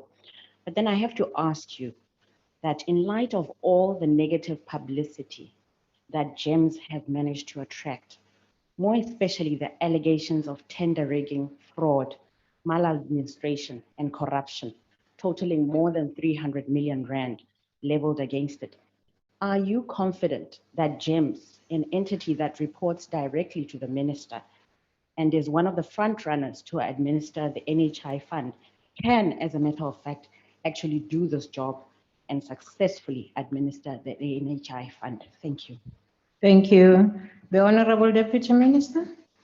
Thank you very much, Dr. Gondwe. Let me again mention the fact that that was investigated and people were charged and criminal cases were opened and contracts, all of them, were stopped. That happened. And cases were opened and they are being dealt with by Hawks. So on that one, it happened. Now, coming to the issue that I would definitely want to say something about is the issue of GEMS being the administrator of NHI. It is definitely not. What is it that GEMS want to do? GEMS support government policy direction by ensuring strategic alignment with national health policy. And GEMS will perform any relevant work that is assigned during the implementation of operationalization of NHI. But GEMS has not been identified by anybody as the administrator of NHI. So I'm putting that on record because it has not. But surely it is preparing because it is in South Africa. It is in preparing itself so that it is in line with the rollout of NHI. Again, let me say that for now, we have no reason not to have confidence in GEMS. We have said to GEMS, and it has also said to us, strengthen your systems so that it is not easy and possible for anybody to do what happened in 2016. And that is what GEMS is doing. But people are human beings. They will always try to find ways of undermining the systems that are there. But we have said they must strengthen them. Thank you very much. Mamuntul. Irake. Thank you, Chair. Chair, thank you to the Deputy Minister. I think the Deputy Minister has put everything clear, and we are all looking forward to NHI, and also the clarification that she put in terms of Jen as the administrator. I don't have any other question to her. Thank you. Thokoza Mhlonishwa.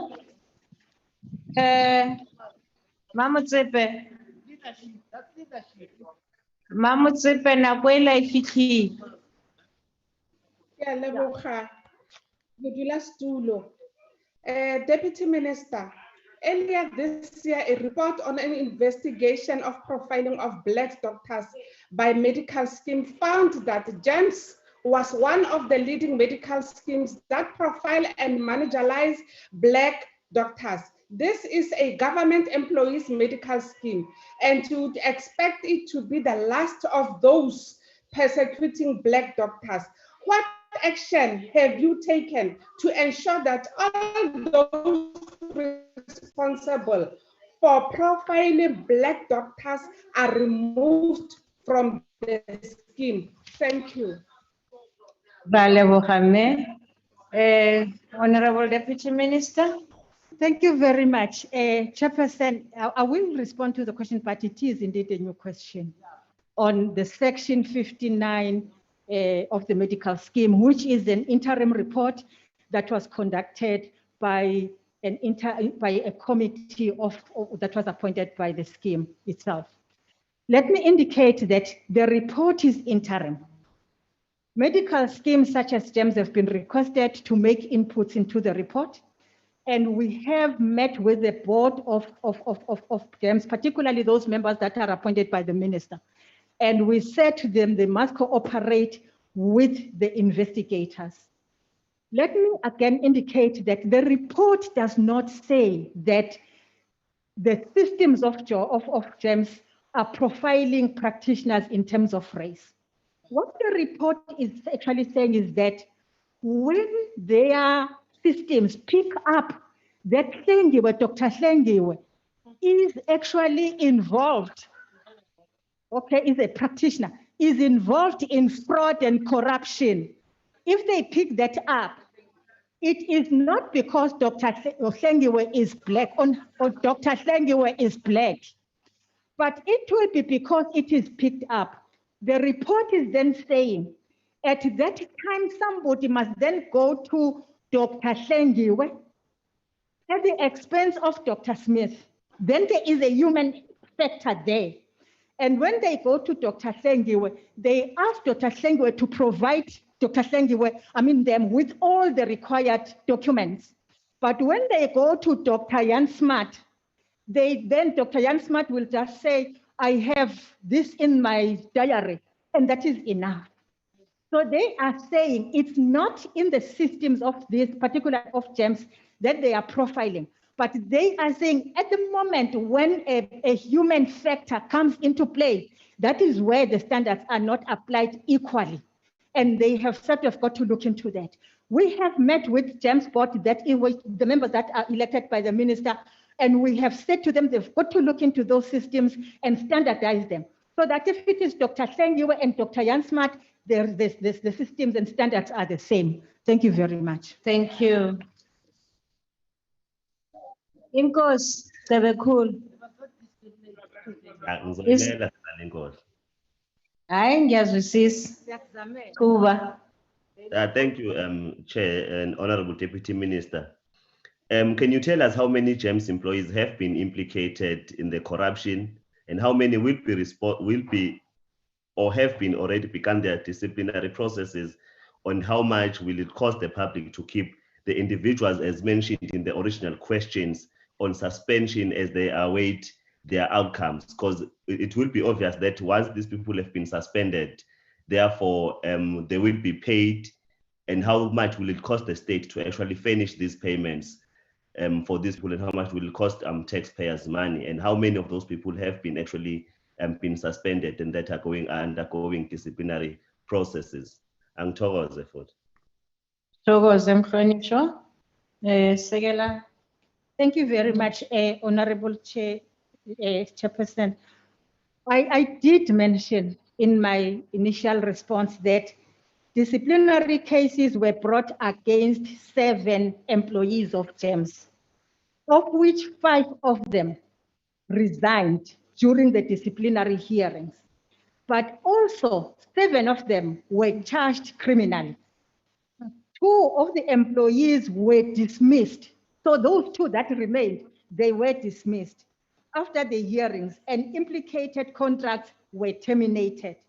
The cases for all of them are still with Hawks, and they are being investigated. We think that GEMS have, a strong case against these people. It's a matter of police saying or Hawks saying we are done with the investigations and taking them to court. And GEMS board is monitoring these cases, but also we are interested in what will eventually happen to these cases. And I think that answers. So this matter was attended fully. Thank you. Raleboga. O ka nwa metsi. Re tswela pele question 149 as to the acting minister in the presidency. The deputy minister will respond. That is from Honorable Mente. Thank you, Chair. And thank you, Honorable Mente, for the question. The SIU sent a referral letter to the presidency, which prompted the department to issue a notice of suspension.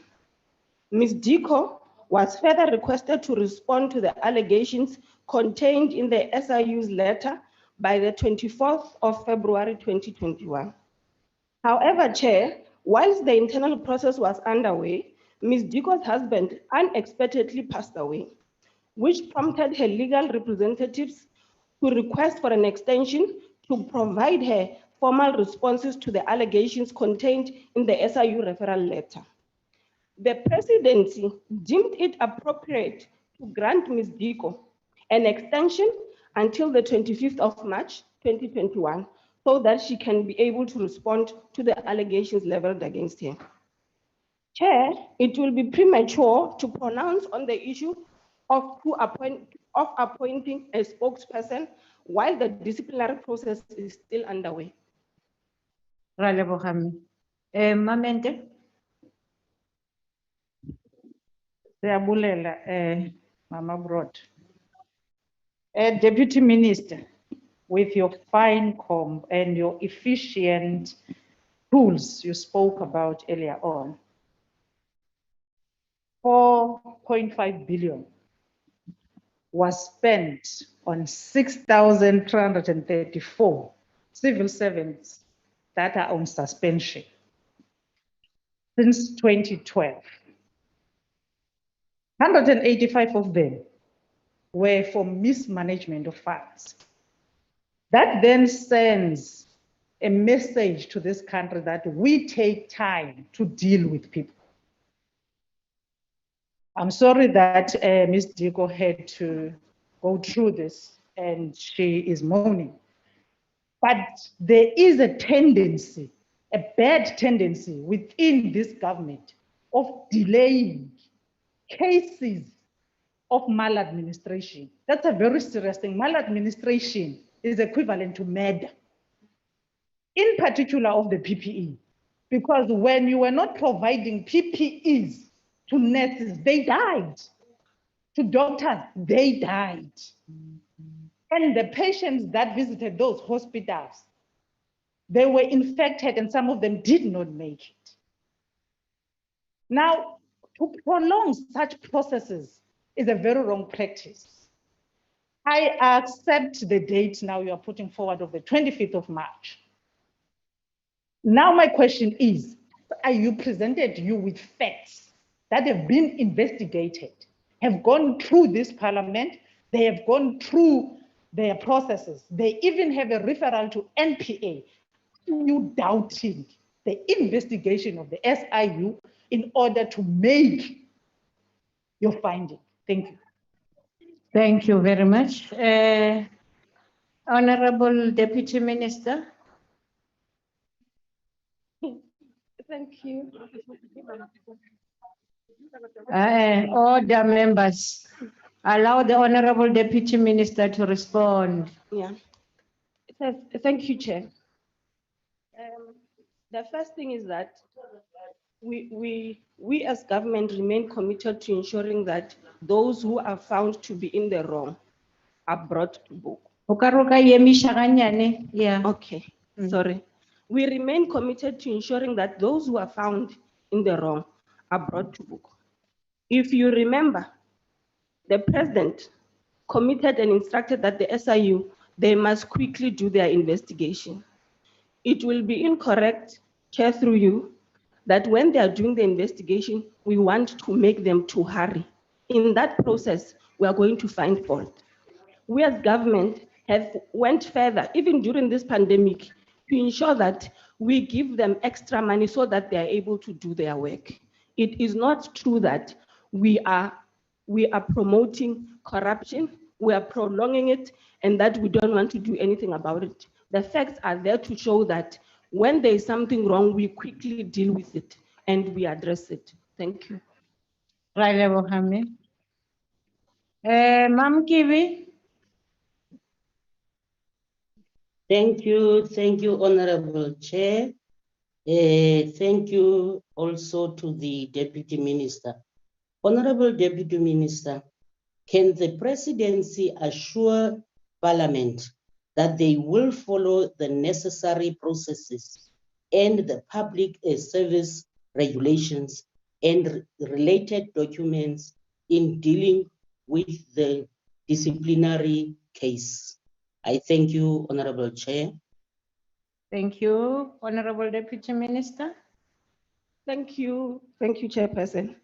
We want to assure the House and South Africans that we are doing everything in the Presidency to ensure that the matter is resolved.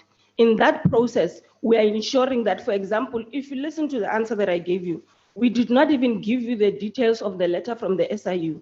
We are doing that because we want the process which respects Ms. Dico and also between her and the employer so that there is no interference. So the issue is going to be dealt with. And hence, for example, I said that when the husband passed away, may he rest in peace, we deemed it fit that let us give her an extension so that her legal team, they can be able to prepare themselves and come and give the response to the allegations. And what we are going to do is that we are going to come back to this House to come and tell you how far is the process and what is happening. And we'll take into confidence. Thanks. Thank you. Ntate Malaji. Age mama. Nako ke a gago. Ke a leboga. Deputy Minister, there are two problems here. One is prevention of wrongdoing, and the second one is delays in dealing with the actual issue. So one of the things that senior government officials must do is to declare their interest so that we can see that they are not in conflict of doing business with the state.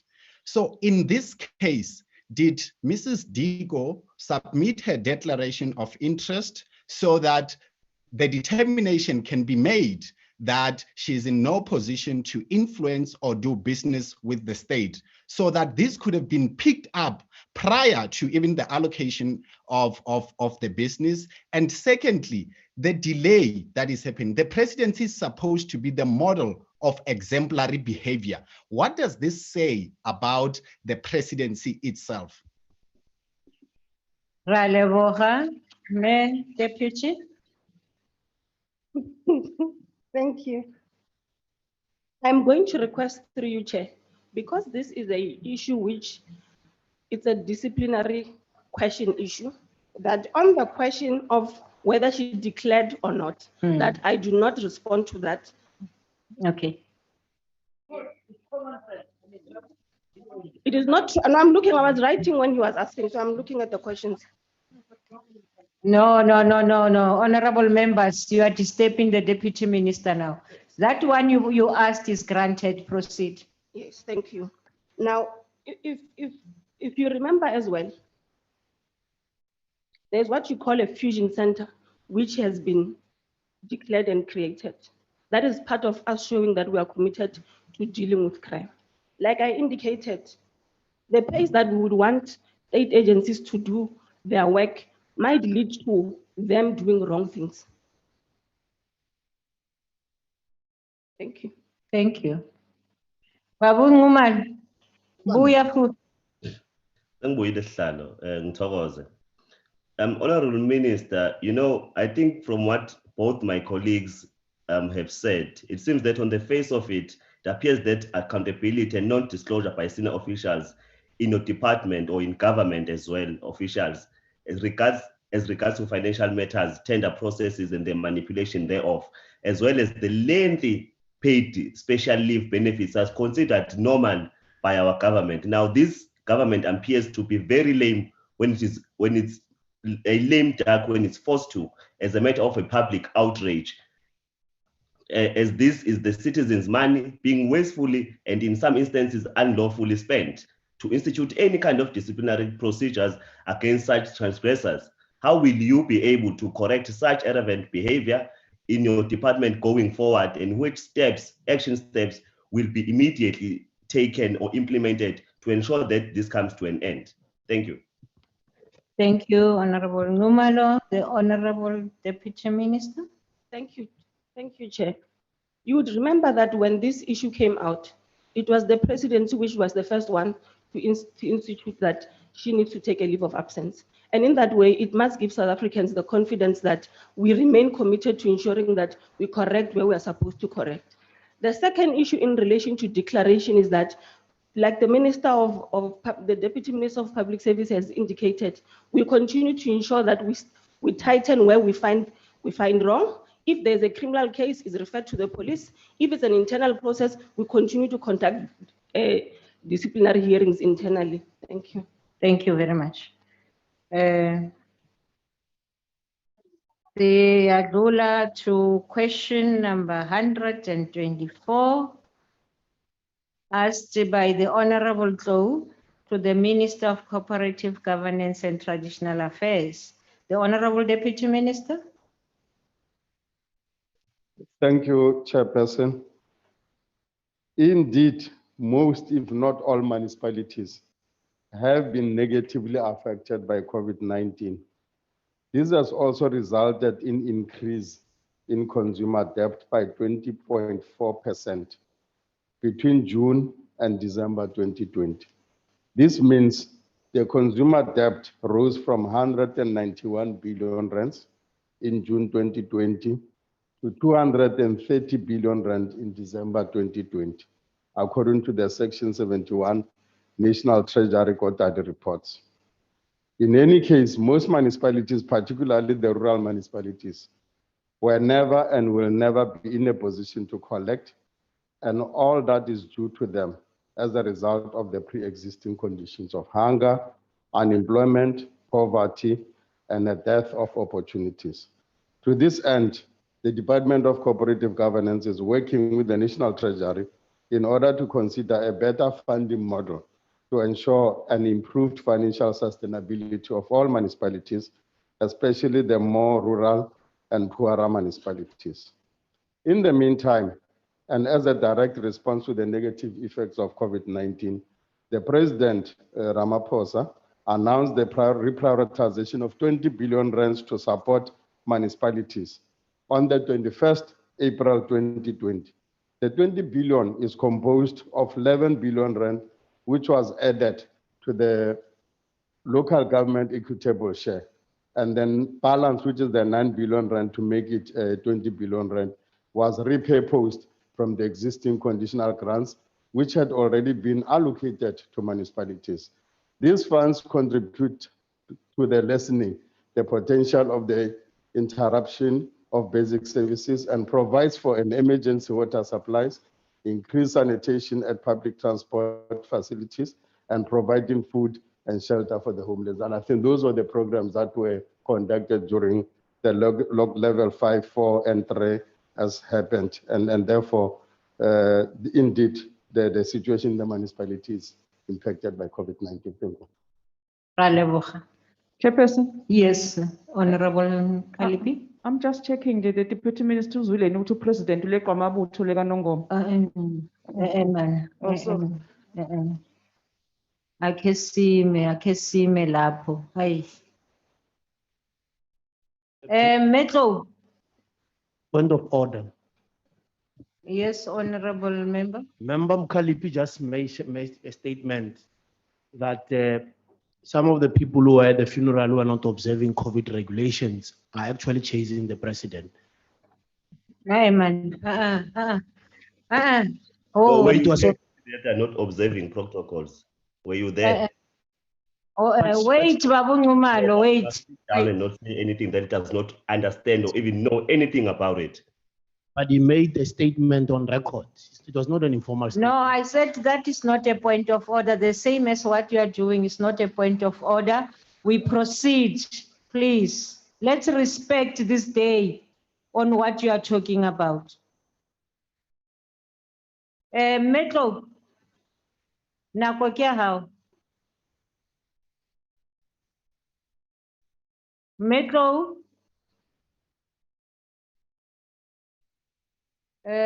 Machabala.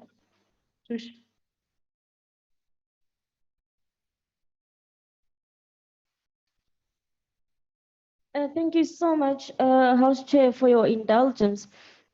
Deputy Minister, considering how badly local government revenue collection has been affected by the sharp economic downturn, will the support provided be enough to ensure the continuation of service delivery? I thank you.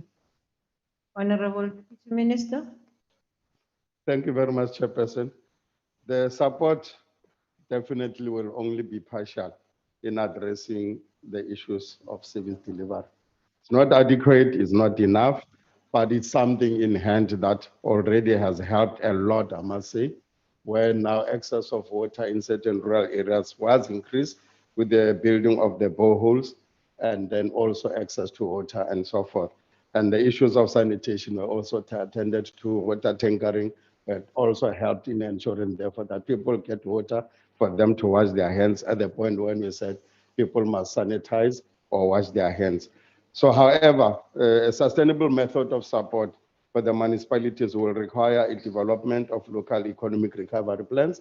The President has announced on the national plans, and we need to localize it so that even municipalities can also begin to ensure therefore that recovery plan happens. In this way, it will then help people to get jobs so that they can then also pay services to the municipality, and municipalities can be able to collect. Already we have 34 municipalities that have submitted their economic recovery plans within the integrated plan, which is called the district development model. On one plans and one budget, we'll be using those municipalities as a model to then begin to look at the entire municipalities, both rural and those in the urban areas, also helping them to really ensure that there is a recovery on the economy. Thank you very much. Thank you. The Honorable Speaker. Honorable House Chair, thank you. Honorable Minister, on a daily basis, our portfolio committee experiences just how dysfunctional many of the municipalities are, and it seems that they will experience these challenges for a very long time. Honorable Deputy Minister, I want to ask you, will you consider a reference team from across party political lines combined with the private sector that can assist and advise struggling municipalities in finding tangible and workable solutions to current and future problems as a result of the COVID pandemic? At the same time, Deputy Minister, looking at innovative practices from the best municipalities in the country, such as Mossel Bay in the Western Cape. I thank you, Honorable House Chair. Thank you. The Honorable Deputy Minister. Thank you, Honorable Speaker, for the follow-up. The number of dysfunctional municipalities reports was presented to Parliament, and then work has commenced in helping those municipalities through the Back to Basics programs that is already rolling out. And therefore, where there's any other support that has been needed with the private sector, we have already done so. We go to areas like Magalakwena, where the private growth initiative support from the private sector is already in place. And as we said, Mossel Bay has also gone through that particular route. Quite a number of other municipalities are doing the same. So we don't need any reference team consisting of political parties. The parties that are running the municipalities themselves based on the outcome of the elections are doing their best to ensure that municipalities are able then to be functional to the optimal and then delivering the services. Where there are challenges, the national government, provincial government, and those municipalities will be able then to put a package that will then help them using the sections in the constitution. But then the issue of the reference on interpolitical party, I don't see the need of it for now. But then the models that are existing, I think they are adequate, they're enough, and will be able to turn the municipalities around. Thank you. Thank you. Mhlonishwa Deza. No, thank you very much, Deputy Minister. You know that on the 3rd of March, the community sat with Amatole District Municipality. In the current state, as things stand, that municipality, after many questions from the committee members, the MM of that municipality actually gave in to the questions of the members that there is no budget for infrastructure. Now, the COVID-19 pandemic has only exacerbated the already precarious situation in the manner in which municipalities are generating revenue. Your metros and other urban municipalities can collect rates and generate their own revenue with no difficulties, but smaller rural municipalities cannot. Hence, the disparities between the urban and rural areas. What specific interventions are you making to ensure that small rural municipalities are able to deliver services to citizens without fail? And have you considered reviewing the manner in which those municipalities are funded? What form will it take? How will it affect Thank you very much. the division of revenue? Thank you. You have more minutes than anybody else. Please, next time, stop with the preambles. Thank you. Deputy Minister. No, thank you very much. In my main response to the question, I did indicate that talks have begun with the National Treasury for a new funding model that we are engaging on for municipalities, particularly the rural and then those that are in the poorest areas, that they will never, ever, in any point, ever collect any revenue that can sustain them.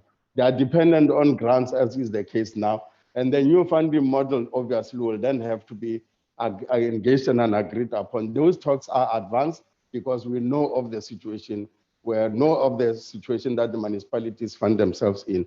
However, there's a lot of reprioritization that has taken place in all municipalities, those in the metros, and then those in the 10 cities in South Africa, and those that are in the rural areas, where there's quite a number of figures of monies that has been reprioritized to go and help. That is in addition to the bulk money that was given as 20 billion rand during the COVID period. But the program is going on, and then indeed is rolling there. But the issue is obviously whether the money is going to be used for what is intended for, and that's what we are jealously guarding and ensuring therefore that whatever money that is going to be dispensed, it does go to what is intended for, and ensure that where there's no capacity, MISA, one of the departmental agency, is there to also go and help. And then we have built a lot of capacity for them. We've given them additional money so that they can go and help those municipalities on the infrastructure challenges. Thank you. Thank you very much. The Honorable Ahmed Mansour Sheikh Imam. Thank you, Chairperson. Deputy Minister, I must agree with you. Municipalities, particularly in rural areas, are not able to collect enough revenue. However, Deputy Minister, don't you think that some measures need to be put in place to make them self-sufficient? Perhaps attract investment through small business development, agriculture, the poultry sector and things, particularly in these rural municipalities, so that there could be job creation, economic development in these areas, and they do not have to rely on national government for funds. Thank you. The Honorable Deputy Minister. Thank you very much, Honorable Member. Indeed, I agree with you, but also earlier in one of the questions we did indicate the Agrarian Agricultural Revolution Program that we said is now being rolled out in the rural municipalities and across the country, working with other departments such as Department of Agriculture, Land Reform, and others that we have already engaged with. We are now towards the advancement of signing MOUs. The one MOU that has already been signed nationally is with the Agriculture Department. We will definitely look at the rural economy, particularly taking agriculture as an advantage point, because land is more plenty in those particular rural areas. But secondly, the district development model is a model that is now going to bring both the national government, provincial governments, and the districts and local municipalities working together towards one plan, one budget. That will then begin to really mitigate on all the challenges that municipalities are facing. We hope, therefore, that the rolling out and the implementation of the district development model will indeed begin to yield results, and then we'll see the municipalities that are not able to survive and now beginning to survive because of all these interventions. Thank you. Thank you, Deputy Minister. Unfortunately, this question also is asked to you, Minister, in the Cooperative Governance and Traditional Affairs. That's question 127, asked by the Honorable Buthelezi, Deputy Minister. Yes, I'm here to work today as Honorable Mkhalibi since ngiyasebenza namhlanje. Okay, thank you. The department has not developed standard.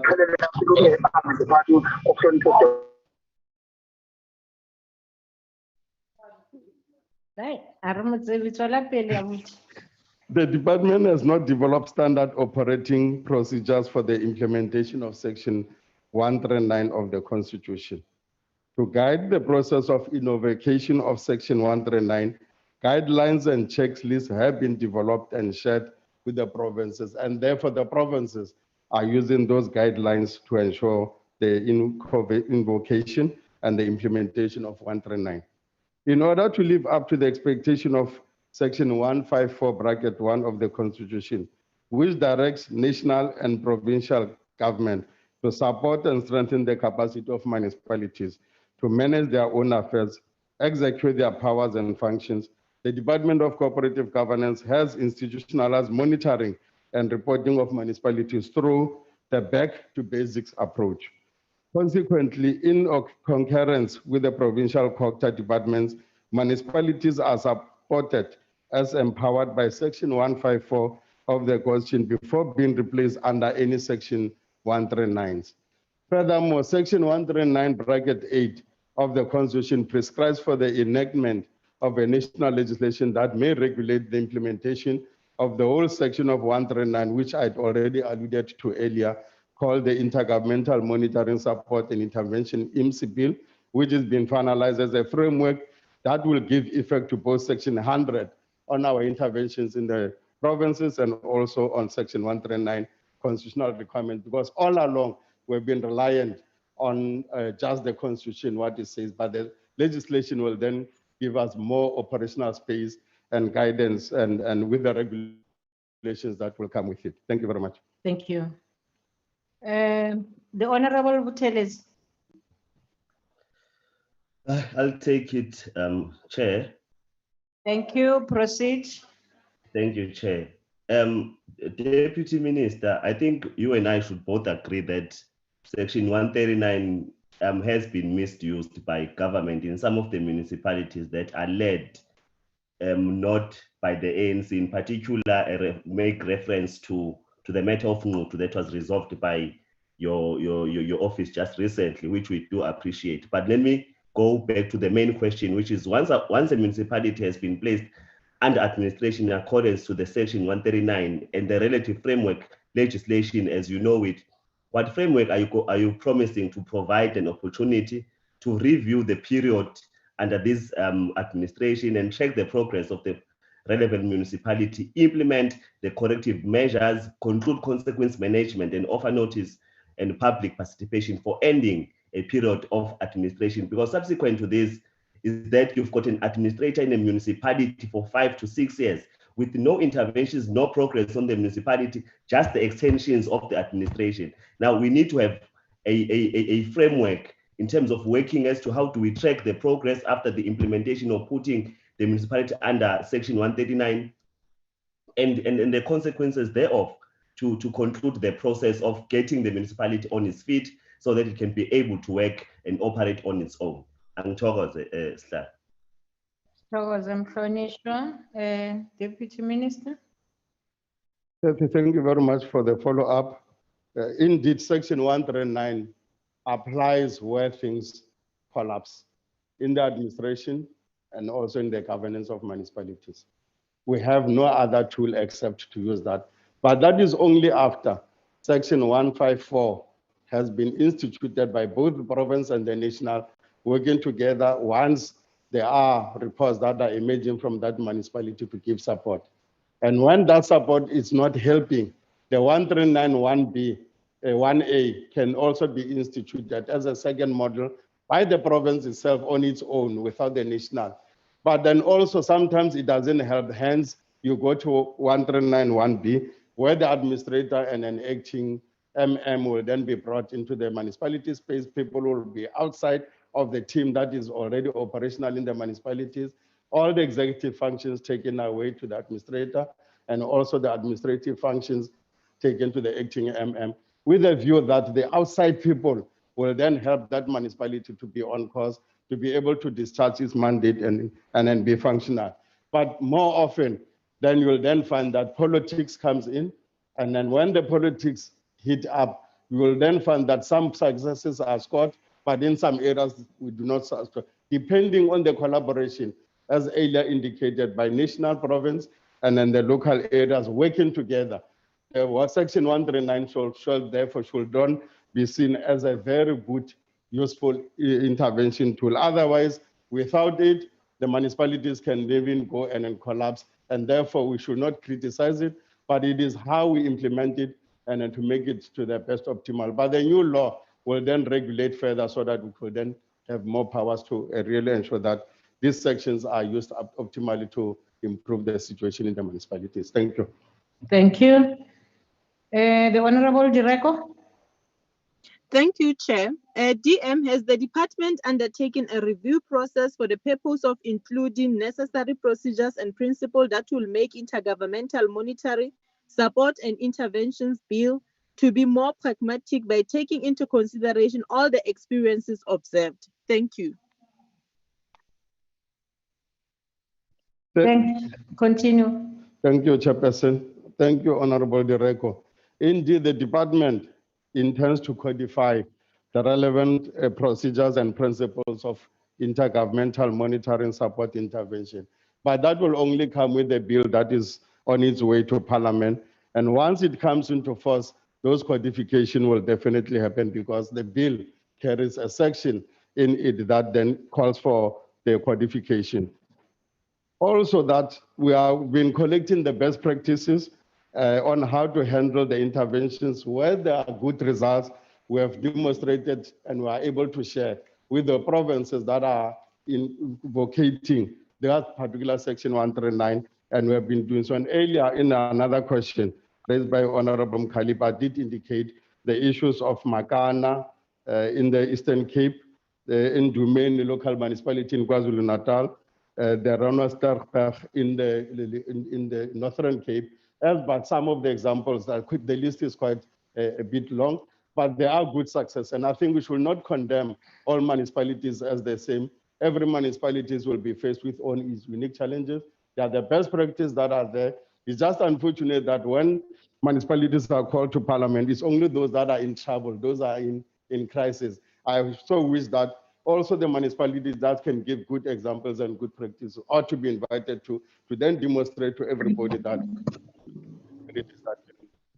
through the intervention that turns around and are able to perform that functions. Thank you. Thank you very much. Honorable Ntombela, I can see you're preparing yourself. Are you okay now? I'm told you have connection issues. If you are okay, can you proceed? Okay, let's continue. I saw his name coming up here. We will proceed. Mr. Brink. Thank you, Chairperson. Deputy Minister, we eagerly await this bill coming to Parliament on municipalities being placed under administration. But it's not here yet. It's been lagging since 2013. And in the meantime, we've got major problems in not just rural towns, but also large towns and cities such as Mfuleni, which has been under administration since 2018 by the Gauteng provincial government. Has the government not learned a few lessons, the best practices that you referred to previously, that can be applied immediately without waiting for that law to be passed and to be brought to Parliament? And what are those lessons? Not just the places, what are the key lessons? What can government do differently tomorrow in Mfuleni to make sure that administrators don't make governance and service delivery worse? Thank you, Chair. Thank you. The Honorable Deputy Minister. Thank you very much, Honorable Brink. I think the administration in Mfuleni is doing well. It is doing well.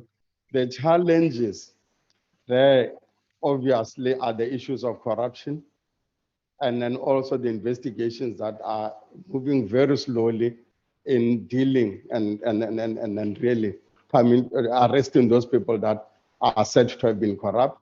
It takes forever. So when the administration is trying to do their best around those particular environment, then the issues of investigation, then people throw in letters to say, no, but this one, I'm said to be under investigation. And why then are you want to discipline me on this? Because the police are investigating or some agency is investigating. But also there's issue of the political willingness by all parties that are in the municipalities, both opposition and then the governing party that is there in that particular municipalities. Working together in that collaborative model, we can really resolve a lot of issues in the municipality. And the areas that I've mentioned, it was because of that particular collaboration, working together to ensure therefore that we're able to expose where the challenges. But in most areas, unfortunately, parties work differently, and then it will be us and them, and then the poor municipalities and the service delivery get affected and impacted. And therefore, let's not throw out and say Mfuleni is not the winning case. It is, and then the three, I mean, the administrator and the MM and the team that has been put in there, they are doing their best, but obviously service delivery is not improving. The roads and the collection of garbage is still a challenge. And the money is also something that is not there, which we have to trace as to what happened to the money, where is the money, because for a municipality to function, you need those particular monies to be there or that belong to money. But also there's so debtors that have been coming into the municipalities who have claimed so much to say we have been owed, and some court cases came in, money was taken out, but one of the service providers based in China, as you will know about that particular scenario, And then the municipalities could not function because the money was locked in a court case, which could have been available for service delivery. So I'll therefore say we'll then have to continue to do our best to ensure that Mfuleni is turned around, but the rot has gone deeper. And then unfortunately, the challenges are so big that it's going to take a bit of time, but the results will soon be realized. Thank you very much. Thank you. The Honorable Chris. Oh, On a point. yes, yes. What's your point? I think the Honourable Deputy Minister may be at serious risk of misleading this House when he says that Mfuleni is doing well. Honorable Member, that's not a point of order. I said the administration. I know. Honorable Keza. Thank you very much, Chair. Thank you very much, Chair. Deputy Minister, one of the factors contributing to the failures of Section 139 interventions is that there is no overarching legislative framework in Section 139. This framework must include standardized and transparent administrative practices across all types of interventions. When are you considering introducing such legislative mechanism to help clarity and give content to Section 139 interventions? Thank you. Thank you. The Honorable Deputy Minister. Thank you very much, Honorable Taza. Quite helpful question. The legislation is on its way to Parliament within this financial year of 2021-2022. Definitely, we are ready, and then it has gone through all processes at the level of the cabinet, and it's now to be on its way within 2021-2022. It will see its light in Parliament, and I hope therefore that when it comes, it does have all those issues that you are raising as very key and very fundamental in the execution of Section 139 and even Section 100. Thank you very much. Thank you.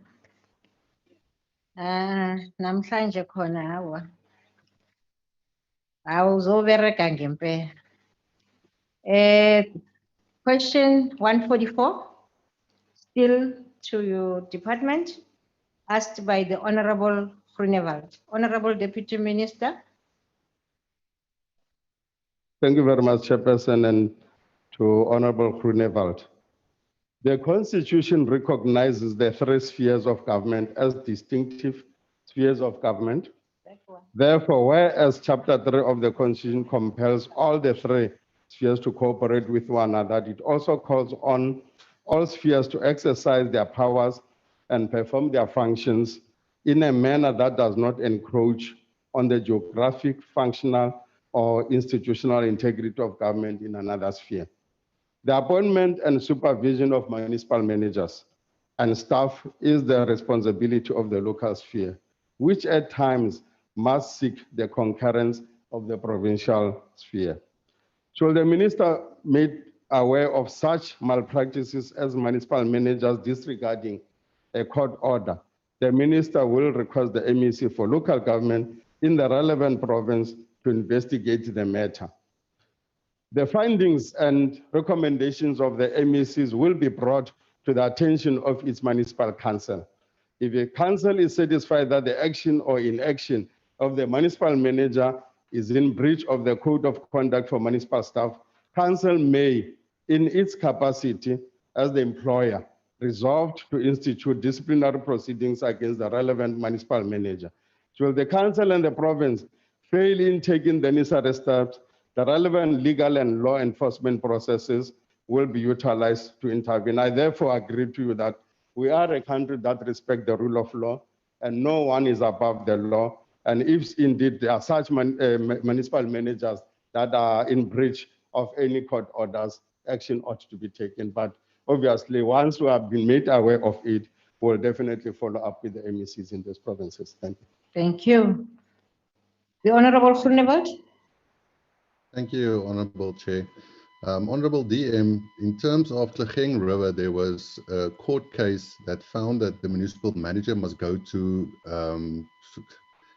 jail for 6 months or for 90 days if he do not comply with that court order. Yet he did not comply with that court order and he's still in his position as municipal manager. You cannot say that you did not know of this, as I used it in one of my speeches earlier in this week. Did you take any steps in terms of that municipal manager so far? Thank you, Honorable Chair.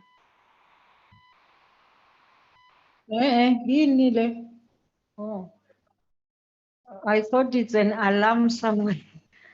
Okay, thank you. Continue, Honorable Deputy Minister.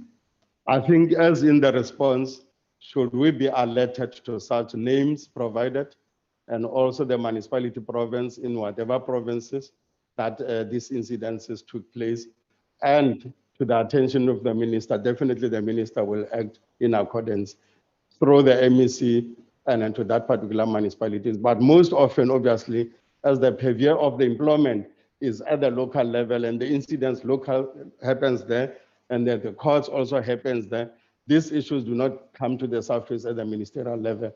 However, we have attention the matter. I think, if I'm not mistaken, Honorable Kurnavel, this incident happened in the Northwest at the Karusan Molopo municipalities. But should there be any others that any honorable member is aware of, please do so, so that we are provided with information for us to be able to act. Then blame us for not acting if information was provided and we didn't do anything. Thank you. Thank you. Gatumpums. Thank you, Masbonge Slan. Honorable Deputy Minister, in line with Section 154 support, what are the available alternatives the department can utilize in ensuring that municipal managers do adhere to court orders? Thank you. Thank you. Honorable DM. Thank you very much, Honorable Mpunza. As you'll be aware that the provinces are the ones that are ensuring compliance by all municipalities through the MEC's office and the departments in the provinces.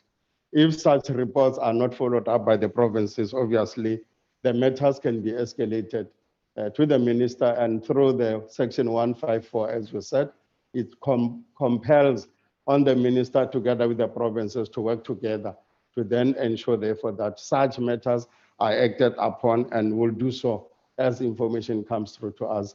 And therefore, there is a constitutional provision, and it's just a matter of information probably not coming to the surface, but then, and any citizen also, we just want to urge even to our citizens, the ratepayers, the residences in those areas, should these matters be known by any one of you, you can approach and ensure therefore that those actions are taken, but otherwise 154 does give provisions that compels the province and the national to act. Thank you very much. Thank you. Honorable Brink. Thanks, Chair. What is significant, Deputy Minister, about this Getleng River judgment in the Northwest, aside from the imprisonment order in case of non-compliance by the municipal manager, is that control over the waterworks was handed over to a residents association, Getleng River Residents Association.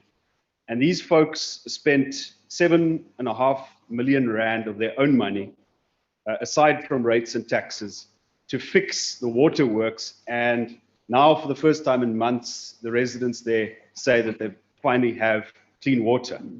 In terms of compliance with the court order, Deputy Minister, can you assure the Getleng River Residents Association and the people who contributed to fixing up the waterworks in place of the municipality that they will get their money back, or at least that you, from your side, will do everything in your power to encourage the municipality to reimburse those residents in terms of the court order? Thank you very much. Thank you. Chairperson, there is a question by Honorable Sibwe, question 133, that is on the order paper around. I thought I would then respond to those issues when that question arises. And therefore, this is a new question under this section that we're dealing with, but it is on the order paper. We'll respond to it in due time. Okay. Just on a point of order, that question has a different subject matter. It refers to Getleng River. This question is unrelated to the steps that government took to prevent that crisis. Honorable This is member. about compliance with the court order, Thank you. Chairperson. It's a subject of a different question, and so I ask that the Deputy Minister answers this one. Honorable member, I think the deputy minister has told you the reasons why he cannot answer that one, and I'm not going to insist that he does that. We continue now. The Honorable Mkalipi. Thank you very much, Chairperson. Perhaps the deputy minister can finish us with an example of where the department has intervened following a contempt of court by municipalities. It will help in this regard. Thank you, Deputy Minister. Honorable GM. So sorry, Chairperson, there's a nice gesture from Honorable Hadebe to Honorable Mkalipi there. Oh. No. I don't have any case in hand now, but as soon as you're now asking that if there was any other interventions previously that we have done, that we can bring those examples, we'll do so. Thank you very much. Thank you. Yeah, we proceed to question 121, asked by the Honorable Maluleka to the Minister in the Presidency for Women, Youth and Persons with Disabilities. Honorable Minister. Honorable Chair. Yes. South Africa launched the National Youth Policy 2020 to 2030 on the 5th of March 2021 as the National Youth Policy of 2015 to 2020 was expiring on the 5th of March. The National Youth Policy Monitoring and Evaluation Framework sets indicators on which reports are submitted on a quarterly basis. Further structures such as National Youth Development Coordinating Forum assesses the program. On progress, education, skills, and second chances are being highlighted. There have been a general increase in access to education. This is evidenced by educational attainment outcomes, which continue to improve above 52% 24 years ago into the completed grade 12, although this is still low compared to the 70% in most developing countries. The details of what is taking place in post-matric education would be given by the relevant department. Government continues to allocate budget to second chance opportunities, which gives economic participation and transformation to those who really need the second chance. Noticeable change include opportunities created by youth through public employment schemes, such as expanded public works program, youth empowerment service, and community works programs. The youth employment service, YES program, is an initiative formed through partnerships between public and private and civil society aimed at increasing youth employability. It focuses on previously disadvantaged youth between the ages of 18 to 35 by providing work experiences for 1 year, giving young people a chance to demonstrate their abilities. Its recorded achievements is 50,000 work experiences, which were created from 1,389 businesses which had signed up with the program by March 2021. The employee tax incentive had a positive impact on youth employment numbers, supporting 973,000 youth jobs from March 2017. I thank you, Chair. Thank you, Honorable Minister. Mama Luleka. Thank you, Chairperson. The question of Mrs. Maluleke will be taken by Honorable T.S. Masondo. The follow-up question: may the department indicate on the progress assessed by the National Youth Development Coordinating Forum in the implementation of the National Youth Policy? Thank you, Chair. I hope you've been able to get it, Honorable Minister. No, Chairperson. I will ask somebody from the House to read the question because I think Mama Sonto has a problem with the network. Thank you so much. Honorable Masonto, leave it. Your network is failing you. We have a whip who will take over the question so that the minister can hear what you wanted to say. Thank you. Continue, Honorable Shabalala. Thank you so much, House Chairperson, for your indulgence.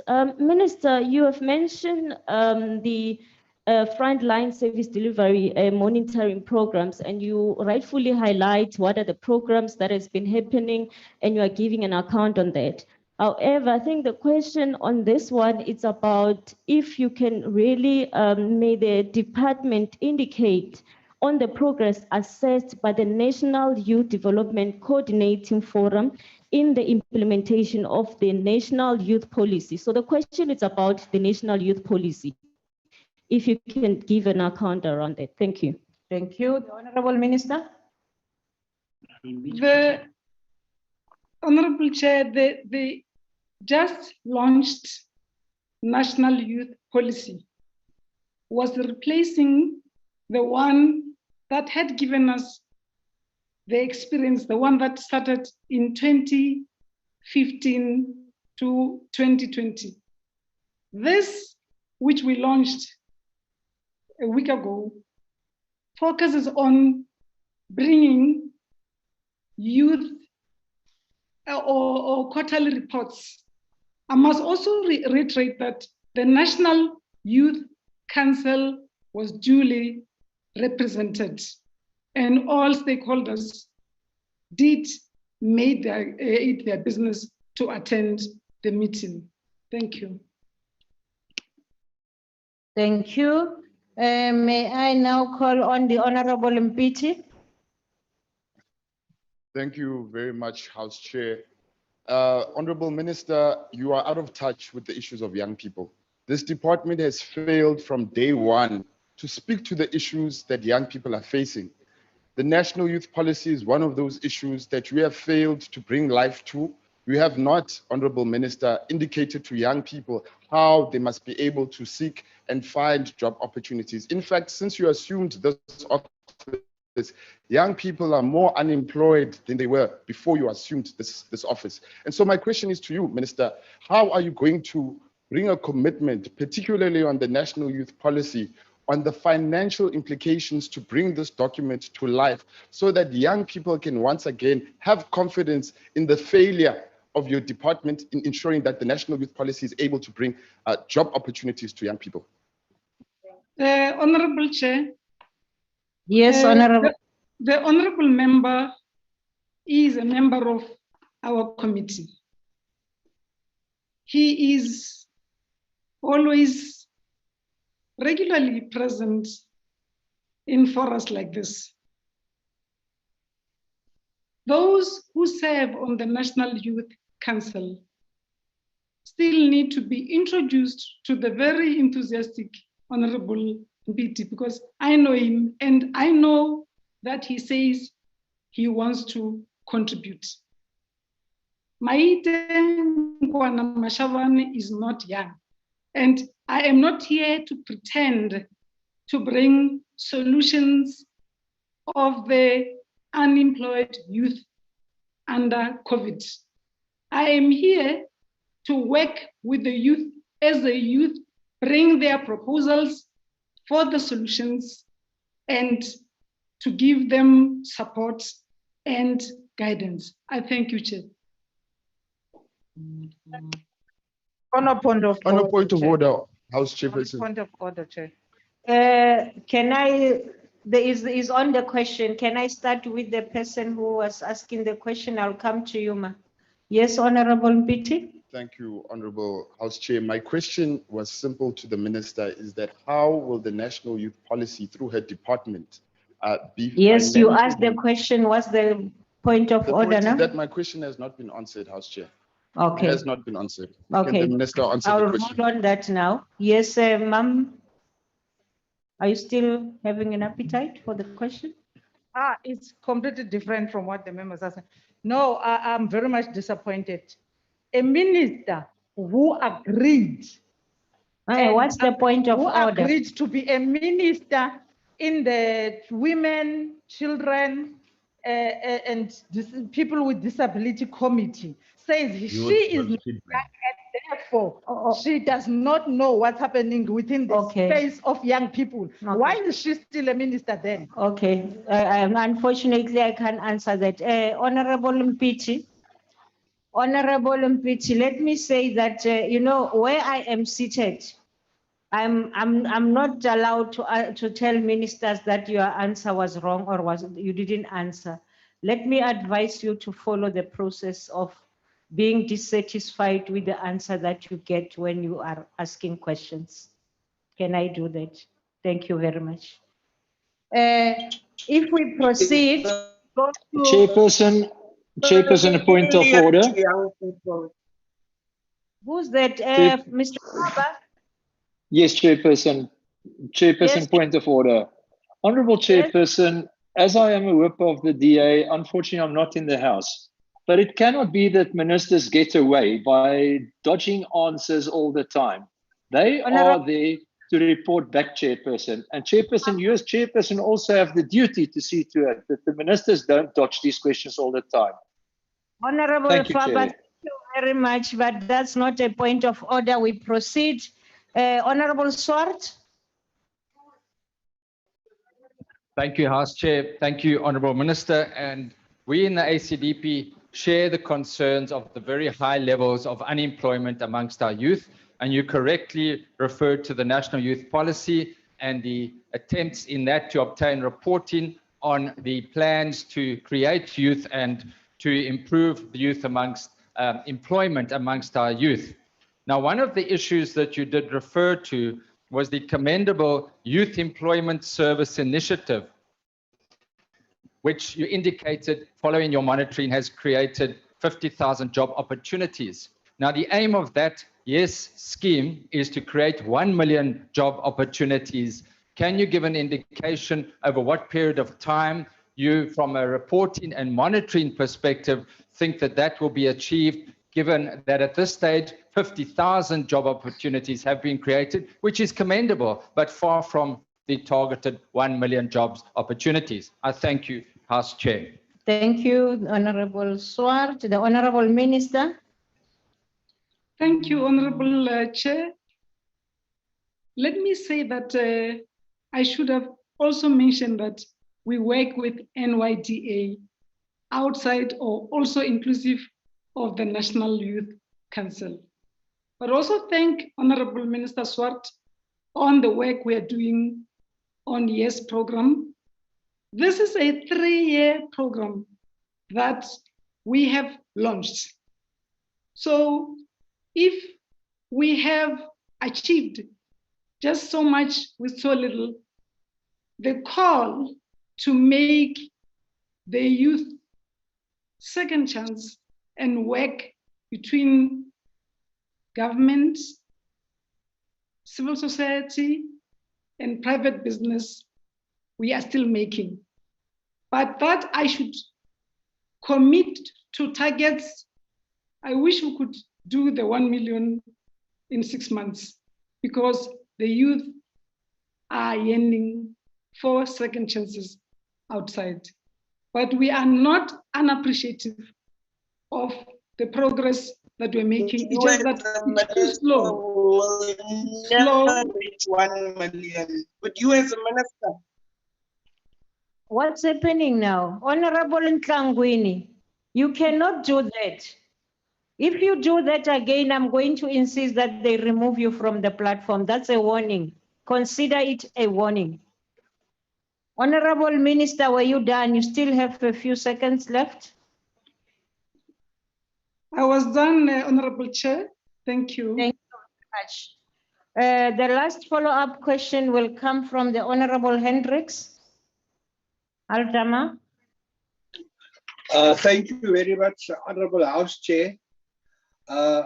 Minister, knowing your passion to help young people and noting that President Ramaphosa has identified 1,000 products that has preferential procurement rights, will the NYP be supported to ring-fence at least 100 of these products for young people leaving school and institutions of higher learning? And will the minister take up Al-Jama's offer to help with his planned incubator to speed up this process? Thank you very much, Honorable House Chair. Thank you, Honorable. Honorable Chair, our youth need support, and we welcome the support and the call made by the President, which is welcomed by Al-Jama. You are more than welcome. Come, let's join us, working together with the NYDA, National Youth Council, and all other youth formations to bring about solutions, not to bring solutions for them, but to support them in the proposals that they're making so that we bring unemployment to nil, particularly for youth in this country and women. And I thank you. Thank you very much. Let's just clean this table and allow my colleague to proceed. Thank you, Honorable Chair.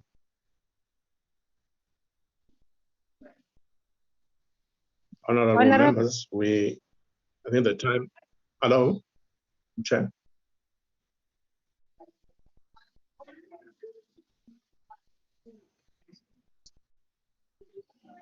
Honorable Ntombela, we were told you had a problem. We were told you have problems with connection. Yes, the member in the House, the Honorable Lesuma, will assist you for today. Thank you. Thanks. Thank you very much.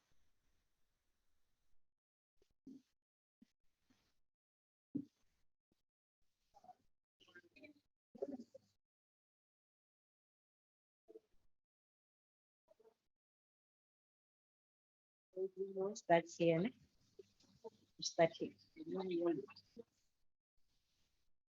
Honorable members, the next item on the order paper is a motion in the name of the Chief of the Majority Party. Now I recognize the Chief Whip of the Majority Party.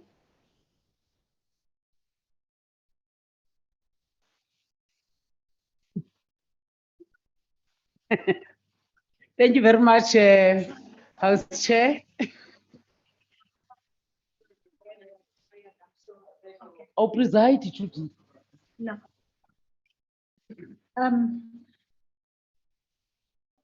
You may proceed. This member is telling me that you're still on questions. Honorable members, I should have indicated that the time for questions has lapsed. Now we proceed to the next order of the paper. Thank you.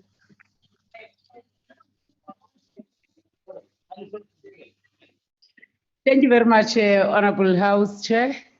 Honorable House Chair, I move that this House revives a recommendation of candidates to be appointed for Public Service Commission. The House will remember that the report was tabled in this House on the 20th of November 2019. But since then, we could not pass that particular report. So we are moving that it gets revived, and voting might take place later on. Thank you. I now put the motion before the House. Are there any objections?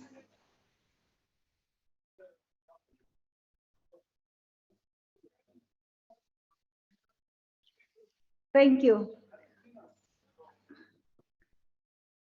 Since there are no objections, we'll proceed.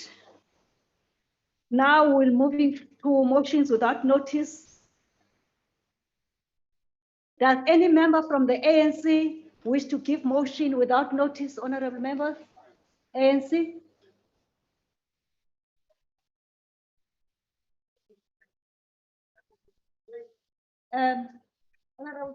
Thank you so much, Honorable Hadebe. The African National Congress moves without notice that the House welcome the appointment of Prince Ahlangene Sqawu as the new King of Amaxhosa on Tuesday, 19 Feb 2021. Remembers that Prince Ahlangene succeeds his brother King Pendulo Sqawu, who passed on in November 2019. Recognize that prior to the appointment as King, Prince Ahlangene Sqawu was South Africa's ambassador to Malawi. Acknowledges that due to other commitments in Malawi, he was unable to attend a press briefing where he was proclaimed king, and congratulates the king and the royal family on his appointment.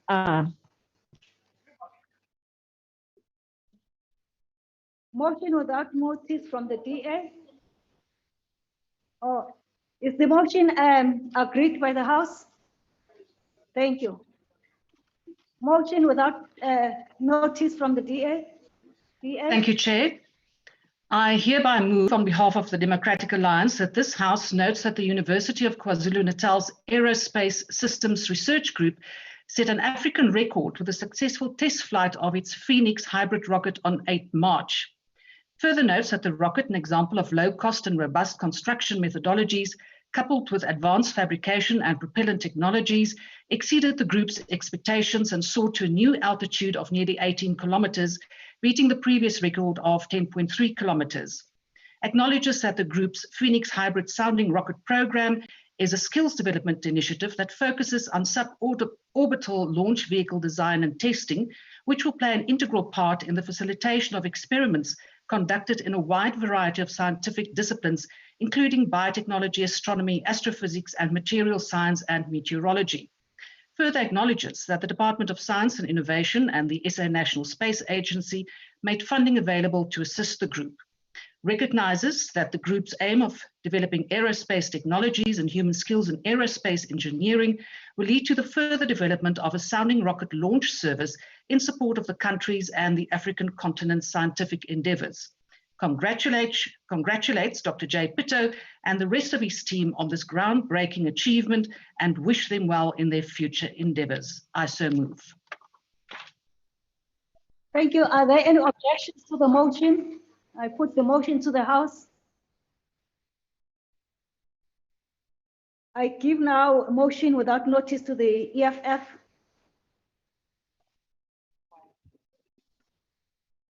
Enkosi Slalo, welcome.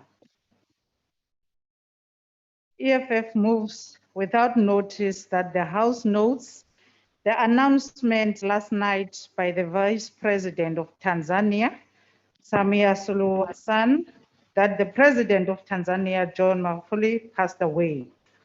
Further notes that President Magufuli is said to have passed away in a hospital in Tanzania after he had been hospitalized from the beginning of March.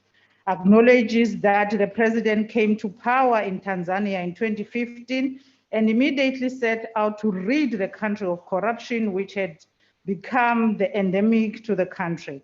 Further acknowledges that his anti-corruption energy reverberated across all sectors of the state, sweeping out the rot that had bedeviled the country's public administration. Recognizes that under his leadership, Tanzania made significant infrastructure investments such as the Central Railway Project, the Stigler Gorge Dam, and the completion of some projects that have been started during past administrations.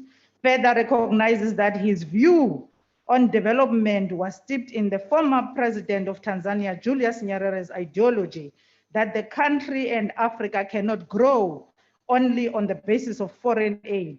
And such, he rejected unreasonable loans from countries outside the continent. May his soul rest in peace. Thank you. Is there any objection to the motion I put to the House? The motion agreed to. Does any member from the ANC wishes to make a motion without notice? House Chair, the ANC moves without notice that the House knows that Advocate Dumisani Ntsebeza has been appointed judge of the African Court on Human and People's Rights at the 34th African Union Heads of States and Government Ordinary Summit, which met over the weekend of 6 to 7 February 2021. Further note that Advocate Ntsebeza Senior Counsel is a well-renowned judge who has served as a commissioner on the United Nations International Commission of Inquiry and on Darfur. Acknowledge that he was a commissioner and has a South African Truth and head of the South African Truth and Reconciliation Commission's investigative unit, and also served on several occasions as a judge on the High Court and the Labour Court of South Africa, and congratulate him on his appointment, wishes him well, and believe that he will make the country proud. I put the motion to the House. Any objection? Agreed to.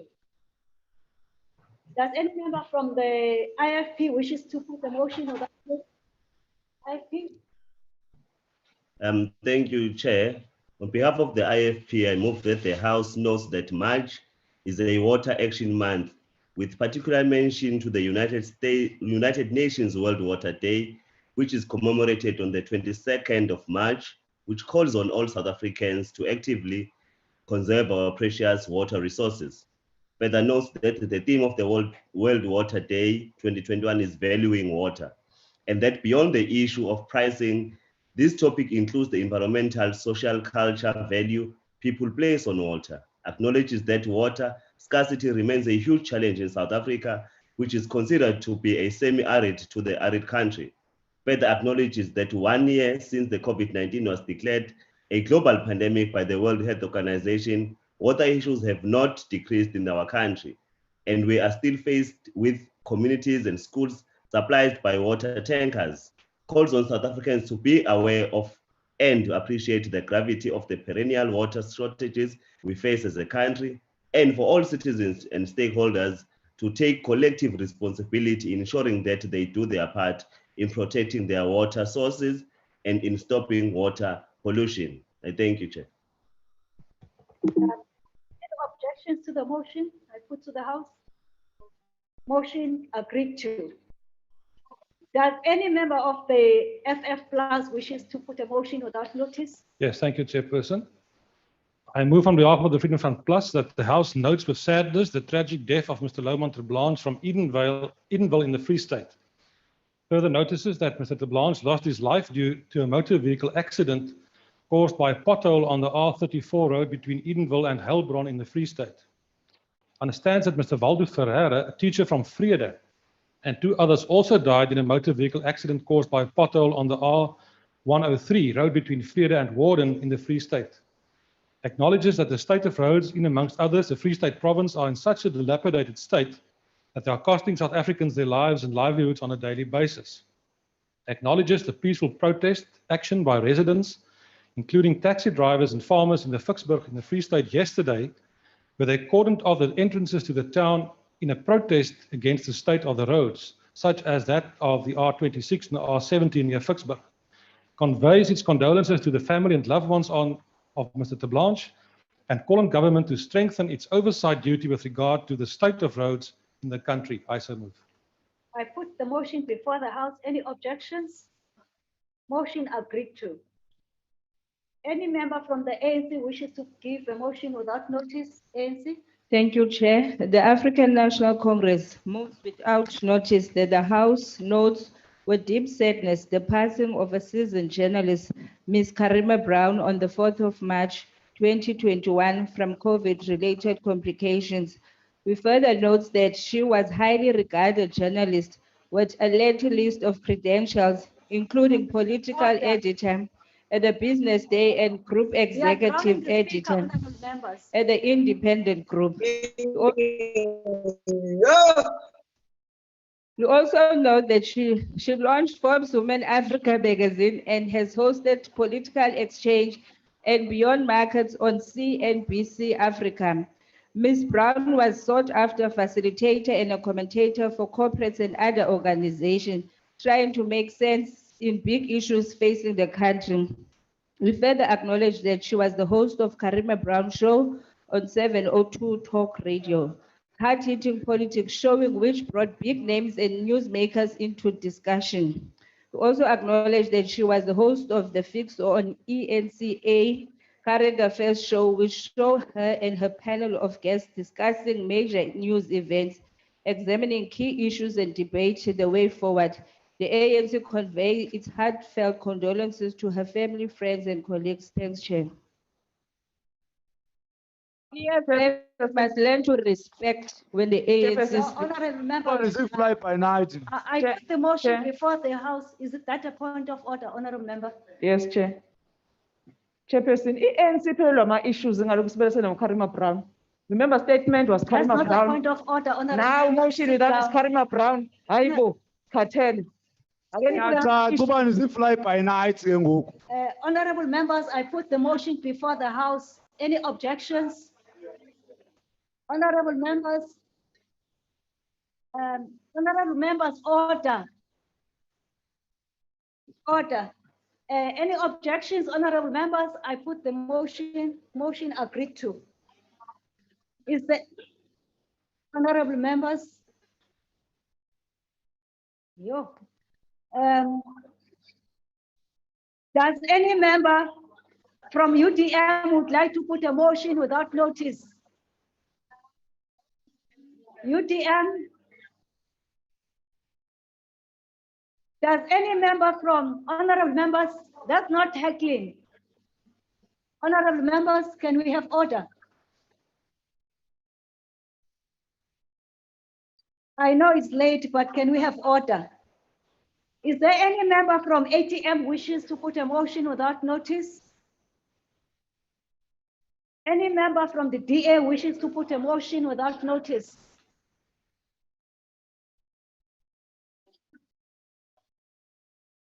Thank you, Chair. I move on behalf of the Democratic Alliance that this House notes that Anushka Isaacs achieved 4 distinctions and 2 further Bs in her 2020 National Senior Certificate examinations after matriculating from Modadam High in Bontjeville. Further notes that Bontjeville resident Mr. Fagan Lenton matriculated from Settlers High School in Bellville with 8 distinctions in his 2020 NSC examinations. Acknowledges that Ms. Isaacs and Mr. Fagan have been admitted to study at the University of Cape Town and that Ms. Isaacs will be entering the occupational therapy and Mr. Fagan the astrophysics programs. Recalls that growing up in Bontjeville comes with many societal and other obstacles, such as poverty, gangsterism, substance abuse, and high levels of unemployment. Recognizes that Ms. Isaacs and Mr. Fagan worked extremely hard to overcome these obstacles and reach their goals and achieve outstanding results. Congratulates Ms. Isaacs and Mr. Fagan on their academic achievements and wishes them well in their future endeavors. I so move. I put the motion before the House. Any objections? Motion agreed to. Any member from the EFF wishes to put a motion without notice?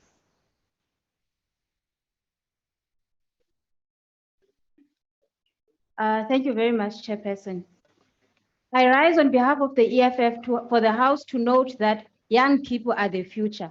That for any nation that is building towards a future that is free of poverty, inequality, and unemployment, the youth are at the forefront.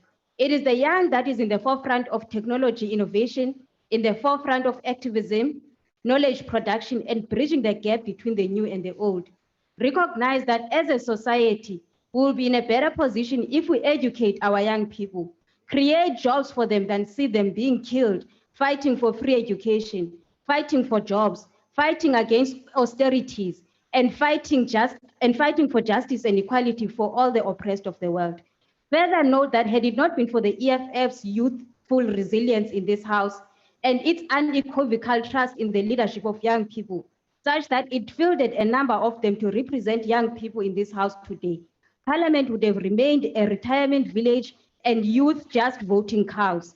Congratulate Honorable Naledi Chirwa, Honorable Vuyani Pambo, Honorable Dr. Mbuyiseni Ndlozi, and all other young people who made it to the Advanced Media Group list of 100 most influential young South Africans. We are proud of your resilience, activism, and leadership. I so move. I put the motion before the House. Any objections? We agree that the young people are the future. We resent the statement that says this parliament remains a Do you retirement object? village. As for that part, we object. There are objections. The motion will be converted to the notion of notice of motion. Is there any member from the ANC who wishes to put a motion without notice, ANC? Thank you, House Chair. The African National Congress moves without notice that the House notes with deep sadness the passing on of ABSA Deputy CEO Peter Matlare at the age of 61 on Sunday, 7 March 2021 from COVID-19 complications. Understands that Matlare was named as an independent non-executive director of ABSA in 2011 and was appointed the banking group's deputy CEO with responsibility for banking operations in the rest of Africa in August 2016. Remembers that he held various executive roles at a number of South African executive director of commercial at Vodacom SA and the head of Tiger Brands. Recalls that Peter was a consummate professional who made an immense contribution to business in South Africa and across the African continent. Acknowledges that he created opportunities for dozens of young managers and professionals to expand their horizons in the business he led, and that the House conveys heartfelt condolences to his family, friends, and colleagues in the business fraternity. I put the motion before the House. Any objections? Motion agreed to. Is there any member from Good who wishes to give a motion without notice? Good. Any member from the NFP wishes to put the motion without notice? NFP? Any member from the ANC wishes to put a motion without notice?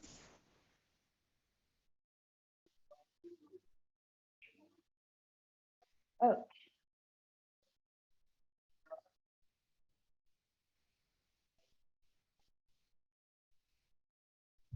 Thank you, Chair.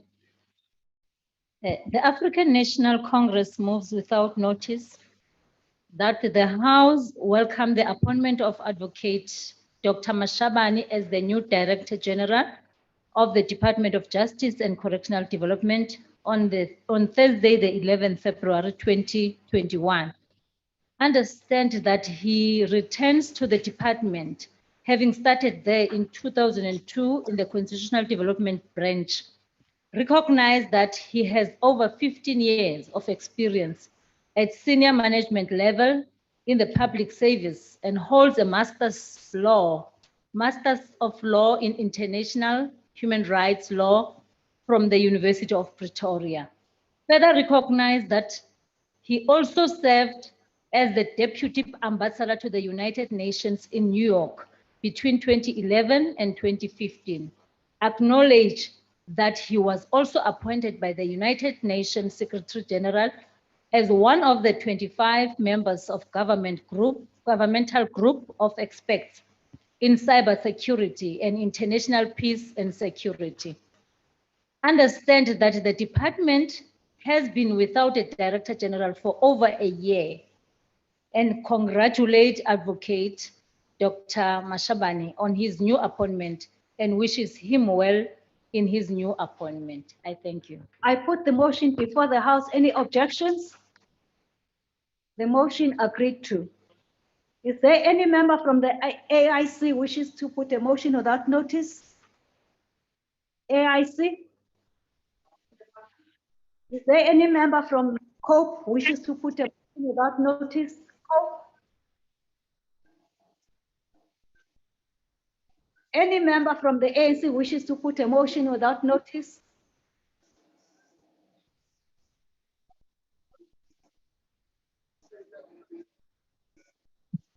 Thank you, Honorable House Chair. The African National Congress moves without notice that the House notes that in recognition of struggle stalwart Mama Charlotte Maxeke, individual and collective contribution to freedom and democracy in South Africa, government has declared 2021 the year of Charlotte Maxeke to mark the 150th anniversary of her birth. Further note that Mama Maxeke was taught under the Pan-Africanist W.E.B. Du Bois and received an educational that was focused on developing her as a future missionary in Africa. Recognizes that she graduated with a BSc degree from Wilberforce University and returned to South Africa in 1901 as one of South Africa's first Black woman graduates. Further recognizes that she was politically active throughout her adult life and helped organize the anti-pass movement in Bloemfontein in 1913 and founded the Bantu Women's League of South African Native National Congress in 1918. Acknowledged that in 1928 she attended a conference in the USA and became increasingly concerned about the welfare of Africans. Later set up an employment agency for Africans in Johannesburg and was the first Black woman to become a parole officer for juvenile delinquents. Further acknowledges that Mama Maxeke was often honored as mother of the Black freedom in South Africa and had an ANC nursery school named after her in Tanzania. Pays tribute to an outstanding woman of strength and justice. I thank you. I put the motion before the House. Any objections? Motion agreed to. Any member from the DA wishes to give a motion without notice? DA? Thank you, Chairperson. I hereby move on behalf of Democratic Alliance that this House notes that the remains of Khoisan leader Kwesas were buried during an historic event in Montague on 9 March 2021, 90 years after his death. Acknowledges that Hesekwa leader Reverend Reggie Busak tirelessly worked to help organize the reburial of Mr. Sas. Further notes that the skull of Kwesas was placed in a coffin for a proper send-off according to Khoisan cultural practices, while David Kramer sang a song he wrote 40 years ago. Recalls that Reverend Busak described the service as a contribution to the recognition of Khoisan history and the start of a healing process to bring back the dignity of the Khoi people who lived in peace and harmony with each other.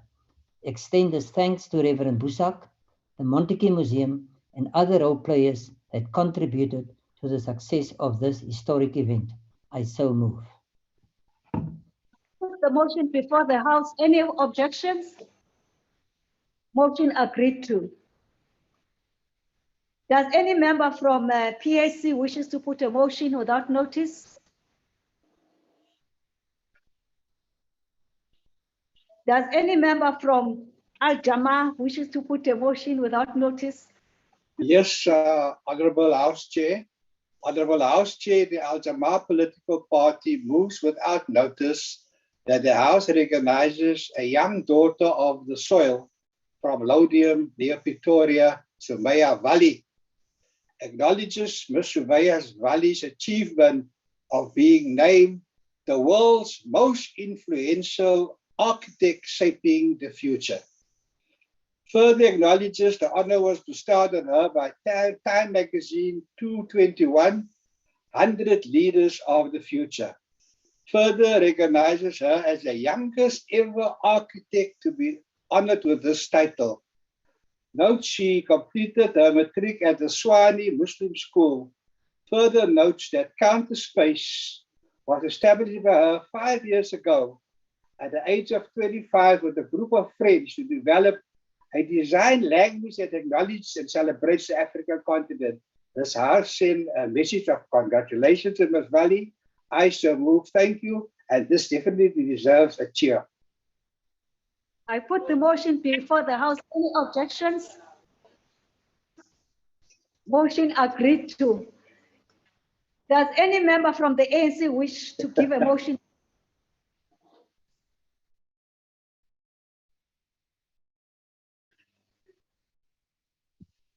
Thank you very much, House Chair. The African National Congress moves without notice that the House note that the multi-award winning Port Elizabeth artist Banele Njatai's favorite work of art has been sold to a collector in Washington. Further note that his piece of art entitled The Guardian was inspired by his childhood and his grandmother who raised him. Understand that the piece, which Banele refers to as from my heart's deepest corner to the world, depicts a South African gogo wearing an orange polo neck, a colorful skirt, pants, and granny slippers, while carrying a young child on her back, is more than just art to him. Further understands that the piece reminded him of his grandmother, Nobandla Landu, who raised him from a young age and who recalls as a kind of person who had a positive outlook on everything. Acknowledge that Njadai has more than 15 pieces of artwork which have gone international, and congratulates him on his inspirational work and wishes him well in his future endeavors. I so move. I put the motion before the House. Any objections? The motion agreed to. Honorable members, that concludes motions without notice. Notices of motion, which is the last item on the order paper. Does any member from the ANC wish to give a notice of motion? ANC? Yes, Chairperson, from the virtual platform. I move on behalf of the ANC that in its next sitting, the House debates building on the social compact around an economic recovery plan. I thank you very much, Chairperson. Does any member from the DA wishes to give a notice of motion? DA? Yes, thank you. From the virtual platform. Thank you, House Chair. I hereby move on behalf of the Democratic Alliance that at its next sitting, this House debates the failure of the government to implement a strategy to ease the doing business in South Africa, which will be instrumental in increasing the number of active small, medium, and micro enterprises, which in turn will create jobs and combat the high levels of unemployment and poverty. I so move. Any member from the EFF wish to give a notice of motion? Thank you, Chairperson. The Economic Freedom Fighters move without notice that in the next House sitting, this House debate the poor state of water supply to our communities and poor infrastructure in respective provinces, Eastern Cape, Limpopo, and Mpumalanga. I so move. Thank you, Chair. Does any member from the ANC wish to give a notice of motion? ANC? Yes, thanks, Chairperson. I move on behalf of the ANC that in its next sitting, the House debates the solidifying of the link between formal and informal parts of the economy, given the fact that it is a significant contributor to employment. I so move. Does any member?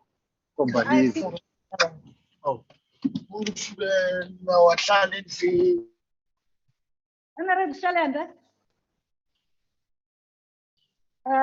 Does any member of the IFP wishes to put a notice of motion, IFP? Indeed, Chair, Nina Besilo. On behalf of the Inkatha Freedom Party, I shall move that at the next sitting of this House, that this House debate the continuing and escalating crisis of water scarcity in our country, considering the factors of demand, population, climate, and pollution, particularly in rural areas. I so move. Thank you. Does any member from FF Plus wish to give a notice of motion? Yes, thank you, Honorable House Chair. I hereby give notice that on the next sitting day of the House, I shall move on behalf of the Freedom Front Plus that the House debates the detrimental effect of the current dysfunctional state of the Department of Home Affairs, considering the fact that the department is amongst other mandated to be the custodian, protector, and verifier of the identity and status of citizens and other persons resident in South Africa and not able to process birth certificates, identity documents, travel documents, and conduct border control with neighboring countries. Thank you, Honorable House Chair. I so move. Does any member of the ANC wish to give a notice of motion? ANC? Thank you very much, Chair. Chair, I move on behalf of ANC that in its next sitting, the House debates addressing unequal access to the health system while continuously improving its quality. I thank you.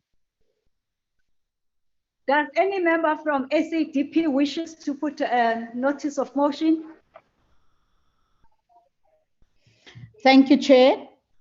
On behalf of the African Christian Democratic Party, I give notice that I shall move that the House debates the impact of gangsterism, organized crime, and drugs on the quality of life of children living in communities plagued by violence as a result of the drug trade. I so move. Does any member from UDM wish to give a notice of motion? UDM?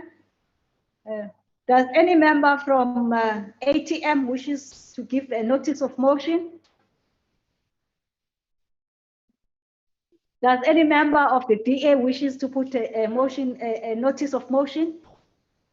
Thank you, House Chair. I hereby move on behalf of the Democratic Alliance that at its next sitting, this House debates the economic benefits of negotiating free trade agreements with our BRICS partners. I so move. Does any member from the EFF wish to put a notice of motion? I rise on behalf of the economic freedom fighters to move that in its next sitting, the House must debate the removal of the part of the song in our national anthem that was sung when our people were being butchered and murdered by the apartheid government. Does any member from the ANC wish to give a notice? Yes, thank you very much, Chair. I move on behalf of the ANC that in the next sitting, the House debates corruption as an equal opportunity disease which has affected communities most directly in the form of reduced investment in township and reduced the fiscal space government has for the greater expenditure on social benefits. I so move. Does any member of Good wish to give a notice of motion? Good.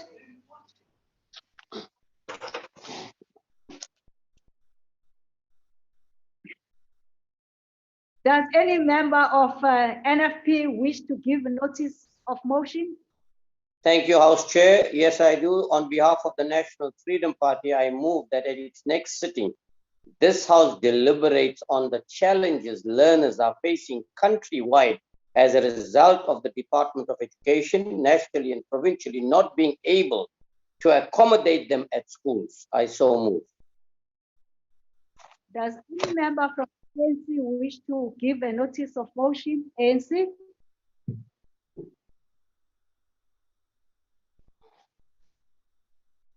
House Chair, it's Honorable Zeke. She's on virtual, so she's connecting. Honorable Zeke.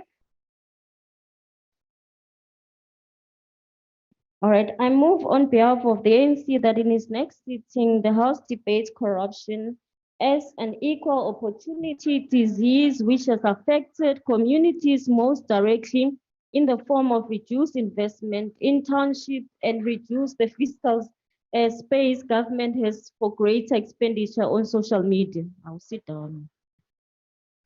Does any member of AIC wish to give a notice of motion? AIC?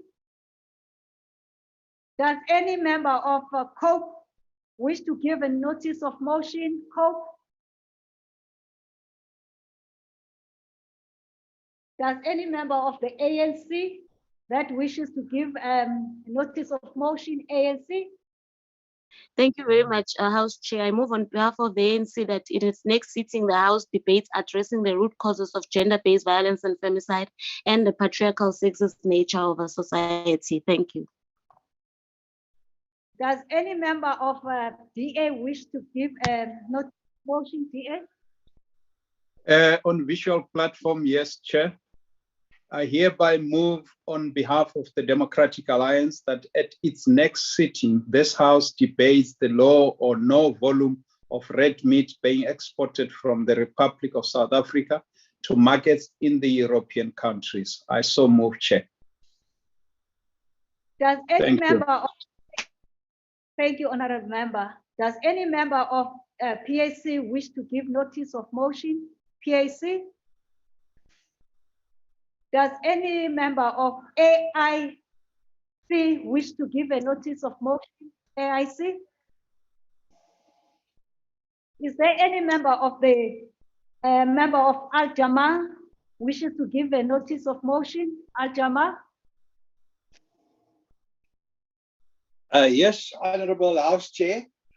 The Home Affairs Department does not register marriages conducted according to the tenets of religion only. Children born out of such marriages are labeled as illegitimate.